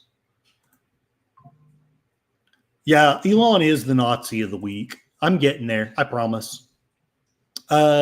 Democratic presidential nominee Joe Biden's eulogy of the late Senator Robert Byrd, a former KKK leader, has been resurfaced by pro-Trump group amid outrage over President Donald Trump's recent failure, which he didn't fail. Watch the video. He explicitly condemned white supremacists, but we're going to say that he failed to. A 35-second clip of the eulogy was viewed by nearly 500,000 times in the 6 hours after it was shared by the Twitter account for Students for Trump. Biden, who has faced criticism in the past over comments he made about working with segregationists, gave the eulogy for Byrd at his funeral in 2010. Bishop, Reverend clergy, Mona and Marjorie, the entire Byrd family, if you don't already know it, it's pretty clear the incredible esteem your father was held in, Biden said in his opening remarks. Byrd, a member of the Democratic Party, served as a U.S. Senator from West Virginia for more than 50 years, from 1959 until his death. The politician's past was not without controversy. In the early 40s, Byrd recruited 150 of his friends and associates to form a local chapter of the KKK, a designated hate group. In his autobiography, Robert C. Byrd, Child of the Appalachian Coalfields, Byrd wrote that he viewed his leadership in the Klan as a helpful platform from which to launch his political career. The late senator worked to minimize his direct involvement with the Klan, explaining it as a youthful indiscretion. Byrd acknowledged in his book that his Klan membership has emerged throughout my life to haunt and embarrass me. It's taught me in a very graphic way what one major mistake can do to one's life, career, and reputation. The senator, who once filibustered against the Civil Rights Act of 1964 for more than 14 hours in the Senate, claimed it was his membership in the Baptist Church that marked the beginning of big changes in me. Experts have labeled Byrd's desire to be influential in the Senate as a primary motivator for his apparent change in ideology. James Tolbert, president of the West Virginia chapter of the NAACP told the Post the Byrd overcame his past by slowly embracing more progressive social views and owning up to his mistakes. I know now I was wrong. Intolerance had no place in America. I apologized 1,000 times, and I don't mind apologizing over and over again. I can't erase what happened. 5 years later, during the senator's eulogy, Biden described Byrd as fiercely devoted to his principles, a friend, mentor, and a guide. Comments which have brought Biden fresh criticism as he enters the final stretch of his campaign for president. In case you forgot, Joe Biden gave the eulogy at Robert Byrd's funeral, according to Twitter. Former President Barack Obama, who also spoke at Byrd's funeral. Think about that. Barack Obama also spoke at Byrd's funeral. Former member of the KKK. Tell me what you think about that. He used similar language when describing the late senator. He was a Senate icon. He was a party leader. He was an elder statesman. He was my friend. That's how I'll remember him.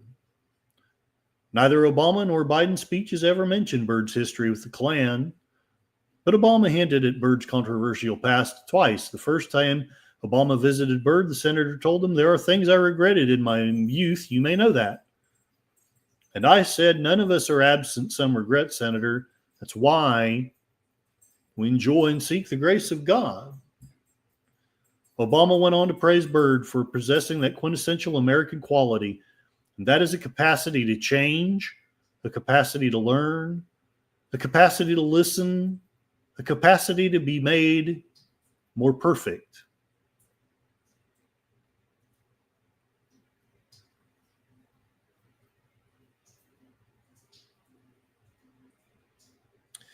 Fournier's criticism came amid mounting disapproval of Trump, who during the first presidential debate Tuesday did not unequivocally condemn white supremacists when debate moderator Chris Wallace directly asked, "But are you willing tonight to condemn white supremacists?" He'd already done it before. I'm just saying. "Are you prepared to specifically do that?" Wallace asked Trump. "Sure, I'm prepared to do that," Trump replied, "but I would say almost everything I see is from the left wing, not the right wing. If you look, I'm willing to do anything. I want to see peace." So please tell me what in that statement is not condemning them, the white supremacists. Yeah, I need to watch Network one of these days. Anyone got a link to all of Trump's executive orders? Somebody claimed to have one. Anyway, after both Wallace and Biden pressed him to again condemn white supremacists, Trump responded, "Proud Boys, stand back and stand by." And I need to look that up because I found out so many of the things they claimed that he said turned out to be wrong. But at the same time, I shouldn't just assume. I need to look that up. But I suspect, well, let me put it this way. I suspect that if we're as able to take that FBI lady out of context, very likely this is as well. I've read his books. I've watched The Apprentice. Can Trump be a jerk sometimes? Yeah. But I don't see a racist there. I'm sorry. It was on the debate. Okay. I think he misspoke. I mean, I'll have to watch it again, but that's what I'm thinking at this stage of the game, which is still, it is a dumb move. As a politician, you can't afford to misspeak. All right. I've been threatening to do it. It's time for Curtis Selby's pointless and terribly partisan things he's discovered on Twitter. Yay! We choose to go to the moon. Elon Musk shared Kennedy talking about the moon. Russell Brand I knew David Lynch a little based on his work as an artist. I don't know how anyone could claim to know him well beyond blood relatives and his wife, maybe wives. Movies are, I hate Twitter sometimes. Movies are public dreams. No filmmaker wove dreams like Lynch. His name became an adjective, and evidently I'm just not going to be allowed to read the rest of it. But anyway, Russell Brand did a very touching thing honoring David Lynch. Happy birthday, John Carpenter. Here we have a scene from They Live. Did a watch party of it. First time I ever watched it. Beautiful movie. Elon Musk, there are still people like Sam Harris who think that any lie, no matter how depraved, is justified to prevent Donald Trump from being democratically elected, or if elected, to be removed from office. Is TDS curable? And again, I'm being way too partisan, but I got it. Getting kickbacks from Hunter Biden. I mean, Hunter Biden, at that point, Hunter Biden literally could have had the corpses of children in his basement. I would not have cared, right? It's like, there's nothing. First of all, it's Hunter Biden, right? It's not Joe Biden. But even if whatever scope of Joe Biden's corruption is, like if we could just go down that rabbit hole endlessly and understand that he's getting kickbacks from Hunter Biden's deals in Ukraine or wherever else, right? Or China. It is infinitesimal compared to the corruption we know Trump is involved in. It's like a firefly to the sun, right? I mean, like there's just, it doesn't even stack up against Trump University, right? Trump University as a story is worse than anything that could be in Hunter Biden's laptop, in my view, right? Now that doesn't answer the people who say it's still completely unfair to. What do you guys think of that? Is it true that what Trump did with Trump University outweighs anything that could possibly be in the Hunter Biden laptop? And yes, Guerrilla Censor thought that it's not just that they ran that for 6 months, they're still running it. They're basically still, no matter how many times, and this is my deal. It doesn't matter how many times he condemned the white supremacists. They caught him one time in a brain fart saying something he didn't even mean. That's what we're going to run with. And I've come to the conclusion that it's bogus. To not have looked at the laptop in a timely way and to have shut down the New York Post's Twitter account like that. That's just a conspiracy. That's a left-wing conspiracy to deny the presidency to Donald Trump. Absolutely, it was. Absolutely. So here he is. He's admitting that this was a left-wing conspiracy. Is that cool? Is that good? Right. But I think it was warranted. Right. And I'm not go down that rabbit hole. He thinks it was warranted. Hole endlessly and understand that he's getting kickback on. Right. I mean, like there's just it doesn't even feel completely unfair to not have looked at the laptop in a timely way and to have shut down the New York Post's Twitter account like that. That's just a conspiracy. That's a left-wing conspiracy to deny the presidency to Donald Trump. Absolutely, it was. Absolutely. Right. But I think it was warranted. Right. And again, it's a coin toss as to whether or not Sam, I'm sorry. That particular piece. I'm really sorry. I was the one that said we should move on, but you've just said something I really struggle with there, which is the kids in the basement. Fuck the kids in the basement. I'm interested in democracy.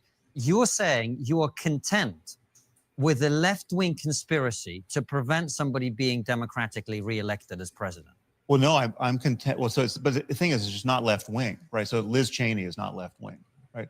Liz Cheney is doing everything in her power. You're content with a conspiracy to prevent somebody being democratically elected. But there's nothing conspiracy. It's not. He just said that it was a conspiracy. It was a conspiracy out in the open. But it doesn't matter if it was. It doesn't matter what part's conspiracy, what part's out in the open. I mean, I think it's like if people get together and talk about what should we do about this phenomenon. If it's like if there was an asteroid hurtling toward Earth, and we got in a room together, with all of our friends and had a conversation about what we could do to deflect its course, right? Is that a conspiracy? You know, like some of. What do you guys think about that? I think it's bogus. Nicole Shanahan, join me in wishing our next HHS Secretary Robert Kennedy Jr. a very special 71st birthday. Praying that God blesses you with the strength, wisdom, and endurance you'll need to protect the health of our children and our nation. We're all behind you, cheering you on. Charlotte Nightstar did some wonderful tributes of David Lynch. The last of the true cinematic greats is gone in the flesh. He lives on in the spirit. She can feel him, and she's happy and not in tears. I know he's relieved of all the pain, and he watches us, and he will never let us go. I think I'll skip this one, although I am interested in it. But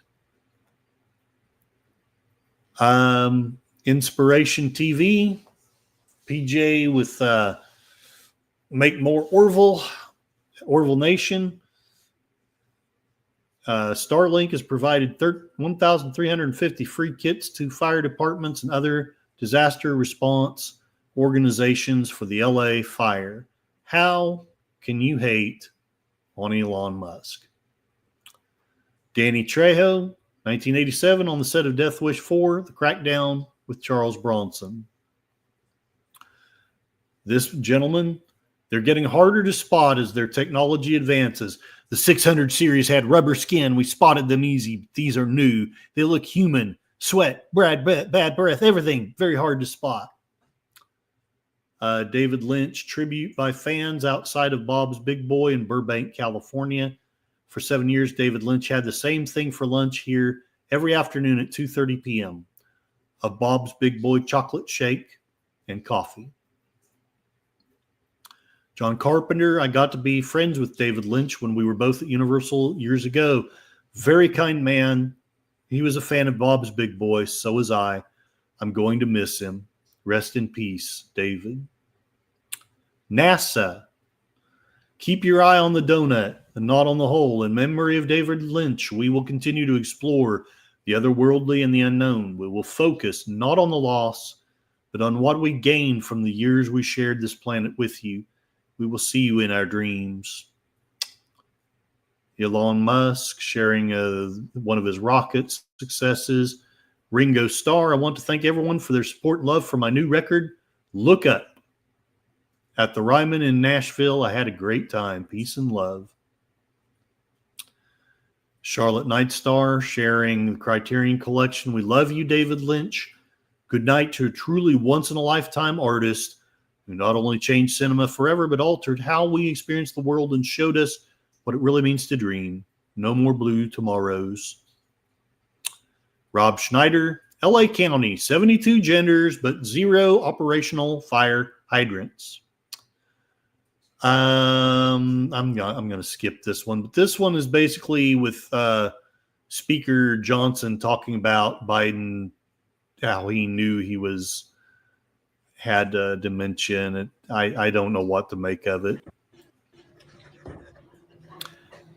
I wish Culture Casino was here. This is a bear story he needs to see. This is actually not wise of this person, but at the same time, it's so cute. But yet I can't help but think that in a few years, there's going to be a terrible mauling. But gosh, that's so cute. All those dogs playing with that bear. No sense in telling him he's not a dog. Makes me wish my dog would come over here. Doggy, doggy, doggy, doggy, doggy, doggy. Bear, bear, bear, bear. All right, enough of that. I thought this one was interesting. Pierce Morgan. He said during the December 21 of 19, footballers who refuse to be jabbed should be refused treatment for injuries. After all, why should they trust doctors about treatment for broken legs and torn ligaments if they don't trust them about a life-saving vaccine? Somebody shared that. Pierce Morgan wants you to forget he ever wrote this. The internet is forever. Pierce Morgan responds, no, I don't want anyone to forget. As I've previously said and apologized for, I was misled by the early scientific guidance about the supposed ability of COVID vaccines to prevent transmission of the virus. That turned out to be wrong, and I was ludicrously over-censorious. Matthew Marsden, I got hammered for standing up against the jab and the ridiculous COVID restrictions. I lost work because of it. I have absolutely no problem with your apology. It takes a lot of character to admit that you were wrong. Let's move on. Replying to Pierce Morgan. Here's a little dog. She may be old, but she made herself proud. There's the old show dog, still able to at least kind of putter along on her race. She's so cute. I love dogs. A puppy found a friend in a mirror. Look at that. Oh my goodness. What a beautiful dog.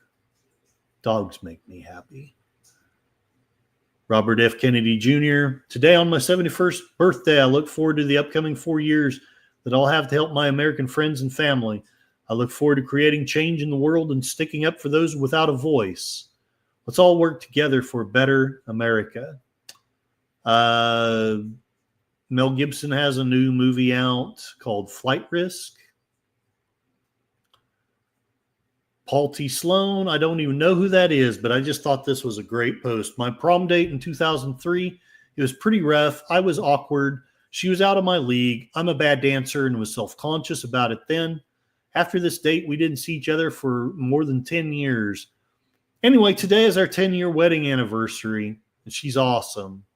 Life is funny. Joe Rogan got the huge honor of being made Cracker of the Day. Never forget the greatest Oscar campaign of all time. David Lynch, on I want to say it was Santa Barbara, but he's on a LA street with a cow, trying to convince the Academy to vote for Laura Dern as Best Actress. I think that's beautiful. Martin Scorsese pays tribute to David Lynch. He put images on the screen unlike anything that I or anybody else had ever seen. He made everything strange, uncanny, revelatory, and new. He was absolutely uncompromising from start to finish. We were lucky to have had David Lynch. David Lynch has a unique gift for transforming the screen into a canvas of the surreal and profound. Wild at Heart is nothing short of an epic. The story, with its eclectic mix of characters and its audacious soundtrack, crafted a living, breathing masterpiece of the surreal. And here we have an actress saying the whole world's wild at heart and weird on top. David Lynch, rest in peace.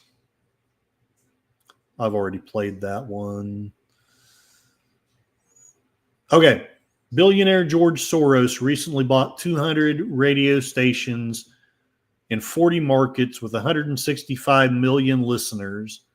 Joe Biden's FCC fast-tracked the deal before the November election. Remember this when Democrats claim an oligarchy will form in Trump's America. In the near future, the commission would.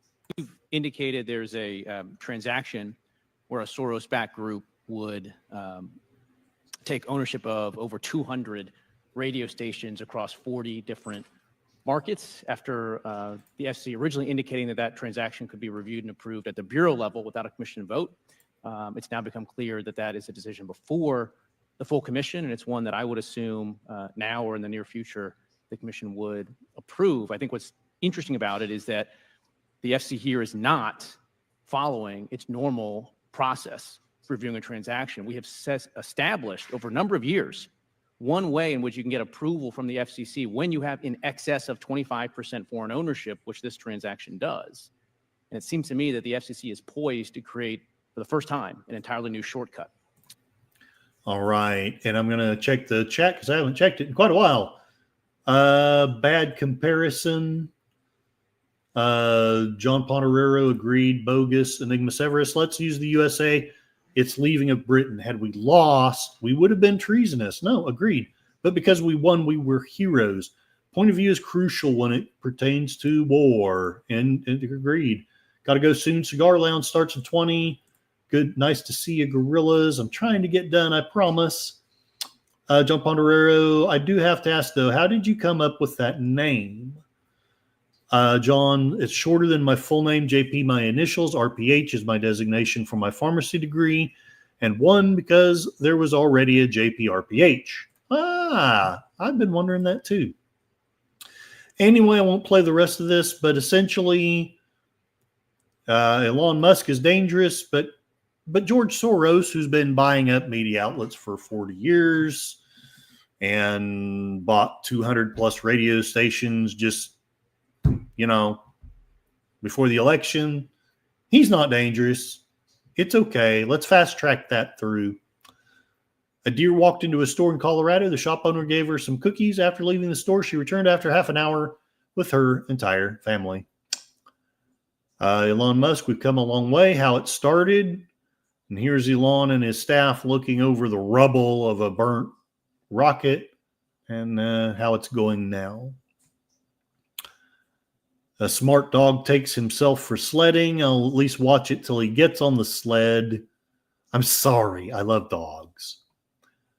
I think I already shared this. David Lynch's final words in a feature film. My pleasure. All right. Okay.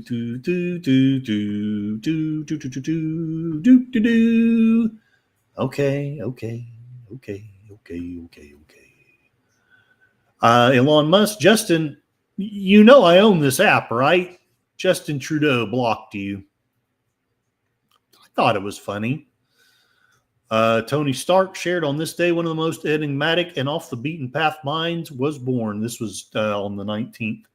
Often coined as the father of modern horror, Edgar Allan Poe has brought us a pioneering view into the psychology, experience, and the macabre of the things that happen in the shadows. Love his work. I shared a lot of this stuff during the David Lynch tribute. A young woman belonging to the Satan tribe in Mongolia, Central Asia, riding a deer. The Satan are a tribe of around 500 people who are considered the last reindeer herders in Mongolia.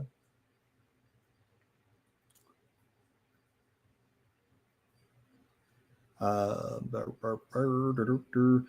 Musk, the return of the king, account suspended. Now he's the president. I think most of you already watched, but I'm gonna share this. I'm gonna at least talk about it. Franklin Graham was honored to give an invocation to our nation's 60th presidential inauguration ceremony before President Trump and Vice President J.D. Vance. I urge those in attendance to stand still and remember the great things that God has done for this country. I know my liberal friends think that Franklin Graham is crazy. I don't. He's literally almost the only, what you might call a televangelist that I respect. I wonder if it'll let me play this.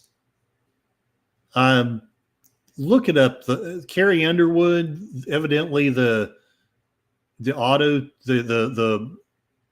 soundtrack wasn't turning on, so she sang America the Beautiful a cappella. It's beautiful. You really do need to watch it. American Gangsters. Rand Paul, they don't ban speech to protect you, they ban speech to control you. Bear attacking a guy. I'm not going to share this, but Matt Taibbi using the Mystery Science Theater background for his Inauguration Day live stream. I love that. I don't care what side of the aisle you're on. That's awesome. A red squirrel foraging in the snow. I'm sure the New York State Department will be coming after that one next. Belmont Press Comics. They had a baby girl, Emma, 5 pounds, 18 ounces. I'll go ahead and skip that. Outstanding infield vet. After hearing about whether the people who wouldn't receive the jab or whatever were going to be restored to the military. This lady asked, would you attend a protest march in D.C. calling for the shots to be pulled off the market? This gentleman says, I'd be the first in line. I am a vax-damaged veteran. Guillain-Barré syndrome, mRNA reform now. Those of you who know me the best know that I have seen my son in this very state right here. And I'll never be able to prove it, but I'm pretty sure that COVID had something to do with it. And this is what I've been promising all this time. Yes, Elon Musk was a dumbass, but looky here. Everybody has those dumbass moments. So if you're going to nail Musk, fine. Nail what's her head? I can't remember her name. Obama, Hillary, and Kamala. I don't see Biden. Even he is smart enough not to do the Nazi salute, but these guys are. But they're good people. But Elon is a bad person because he did a dumbass thing. And he did do a dumbass thing. But we're going to call him out on it and not them. I have not read this article. It was shared by Real Way Nation Gaming. Canadian doctors suggest harvesting organs from euthanasia patients before they're dead. The troops in South Korea blessing Trump. Mike Benz, who's the person that convinced me that the 2020 election was stolen. There will be scars on America's heart for the next 100 years over what happened over the last 4. I don't know enough of the details. Maybe this is a bad person, but Matha Perna was a 37-year-old Penn State graduate. He unalived himself after he was convicted out over January 6th. He was posthumously pardoned by President Trump. All right. I think I'm almost done with all of it. Remembering DeForest Kelley on what would have been his birthday, January 20. Lovely fact, he named his Star Trek character's father David after his own father. We've already shared this one. Preemptive presidential pardons means you're guilty. You got to wonder if dinosaurs were doing the same silly crap. People need mating dances. All right. I'm almost done, I promise. Enigma Severus. I got a great deal on ivermectin. Hey, Lady Mist. Lady Mist, come back. You can blame it all on me. I was wrong, and I just can't live without you. And I know it probably makes me a horrible white supremacist, but dadgummit, the El Paso border crossing has been secured moments after President Trump was sworn in. And I got to tell you, that's the big deal. The big deal to me has been the border and censorship. That's what turned it around, in my opinion. Justin Castro. Lady Miss never left. Aw. Yeah, Carrie Underwood was amazing. Do you think I need to get this stream over with? There's lots of other people streaming. I need to let you guys go. Looky, you got Hook, 1995. Pocahontas, your face is almost done. Yes. All right. Gonna call it a stream. I don't know. Like I say, I don't really like that. I don't like that Trump pardoned violent people. I don't like the carte blanche part. Didn't commit violence. Yeah, we need to let them out. If they do any more so-called insurrection, then fine, put them away for good. But Elizabeth Pocahontas Warren. But at the end of the day, yeah, I've got my favoritism. I don't like that. I feel like the left became tyrannical during the COVID crisis. I think that way too many lies were said about Trump, and yeah, he lies too. I get it. If it had been up to me, we would have voted John Pontorero in. Nobody listened to me. Thank you for showing up and for your kind comments and for all of your support. Gorilla Censored Thoughts, he's going to be streaming in minutes. Gorillas, if you'd like, please leave your link there so people can go.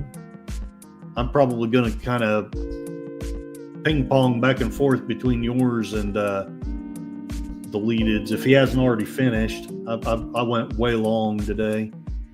Sashi, the man from the future, thank you for your kindness and your comments. Connie Cleary, thank you for your kindness, your advice, and your comments.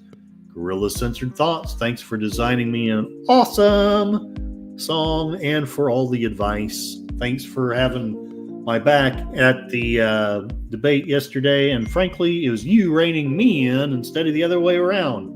How did that happen? We're in Bizarro World. Kapla to Space Fraggle, glory to you and your house. Thank you for your kindness and your support. Whiskey Flats Garden Railroad. I need to learn how to customize this bot. docs.streamelements.com. I'll forget that by tomorrow. Whiskey Flats Garden Railroad, thank you for your friendship and for being patient with me as I've plodded along trying to figure stuff out. Outlaw Bill, thank you for your presence and comments. Thank you for the videos and the movies that you share. And I cannot help but I'm going to say it. Rest in peace, Bird of Prey 5. I'm sure he'd be proud of you, Outlaw Bill. I know he is. Who have I left out? Did I get Lady Miss? Did I get her? She's like, you're never going to get me. Never going to get it. Never going to get it. Moira Kitty. Meow meow. Welcome, welcome. Check out her channel and all the many things that she shares that the mainstream media, frankly, doesn't want you to know about because they're big dodo heads. Lady Miss, come back.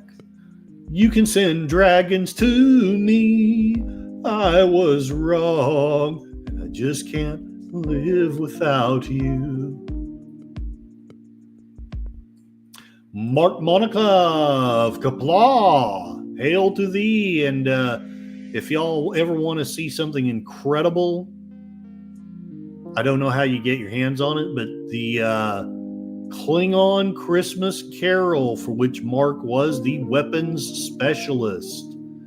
You need to check that out. It is awesome. DJ Ronnie G, check out his channel. I've learned from him things that I would not have known. Baby, come back. You can blame it all on me. John commented on Enigma's video. Good support. Wonderfulness, goodness, Dead Man Walking. Check out him and his wife's channel. They are good, positive people. They're not going to tell you pointless crap about politics. But then again, they're also not going to tell you about the squirrel who's maliciously murdered by left-wing hacks.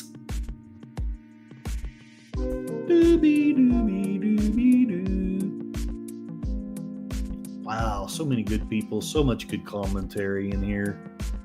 I don't deserve you guys. That's why I keep scaring you away. Okay. Doobie doobie doobie doo. That's a great thing to call it instead. Oh, I see. All right, Gorilla Sensor Thoughts. There's his stream. Please feel free to go there. I will probably go there once this is done. Oh, deleted is done. Dang it. I went too long. Sorry. I thought I hadn't gotten much prep, but I just went off on tangents. My bad. But I will watch Blake. I've sworn away booze until the 3rd. I bring that up only because usually I would be taking a shot of whiskey or maybe a glass of wine during Blake 7. Not tonight. Baby Come Back was the hold music for the missing persons departments on the system on The Simpsons. Yeah, deleted did start at 7. I'm sorry. Sorry, guys. Sorry! All right. Well, as you all know, it's been said that life is pain, and anyone trying to tell you otherwise is trying to sell you something. And it's true. I am trying to sell you something. I'm trying to sell you on the idea that liberty is better than slavery. Freedom is better than tyranny. You are, in fact, smart enough to live your life without being told how to by big governments, big corporations.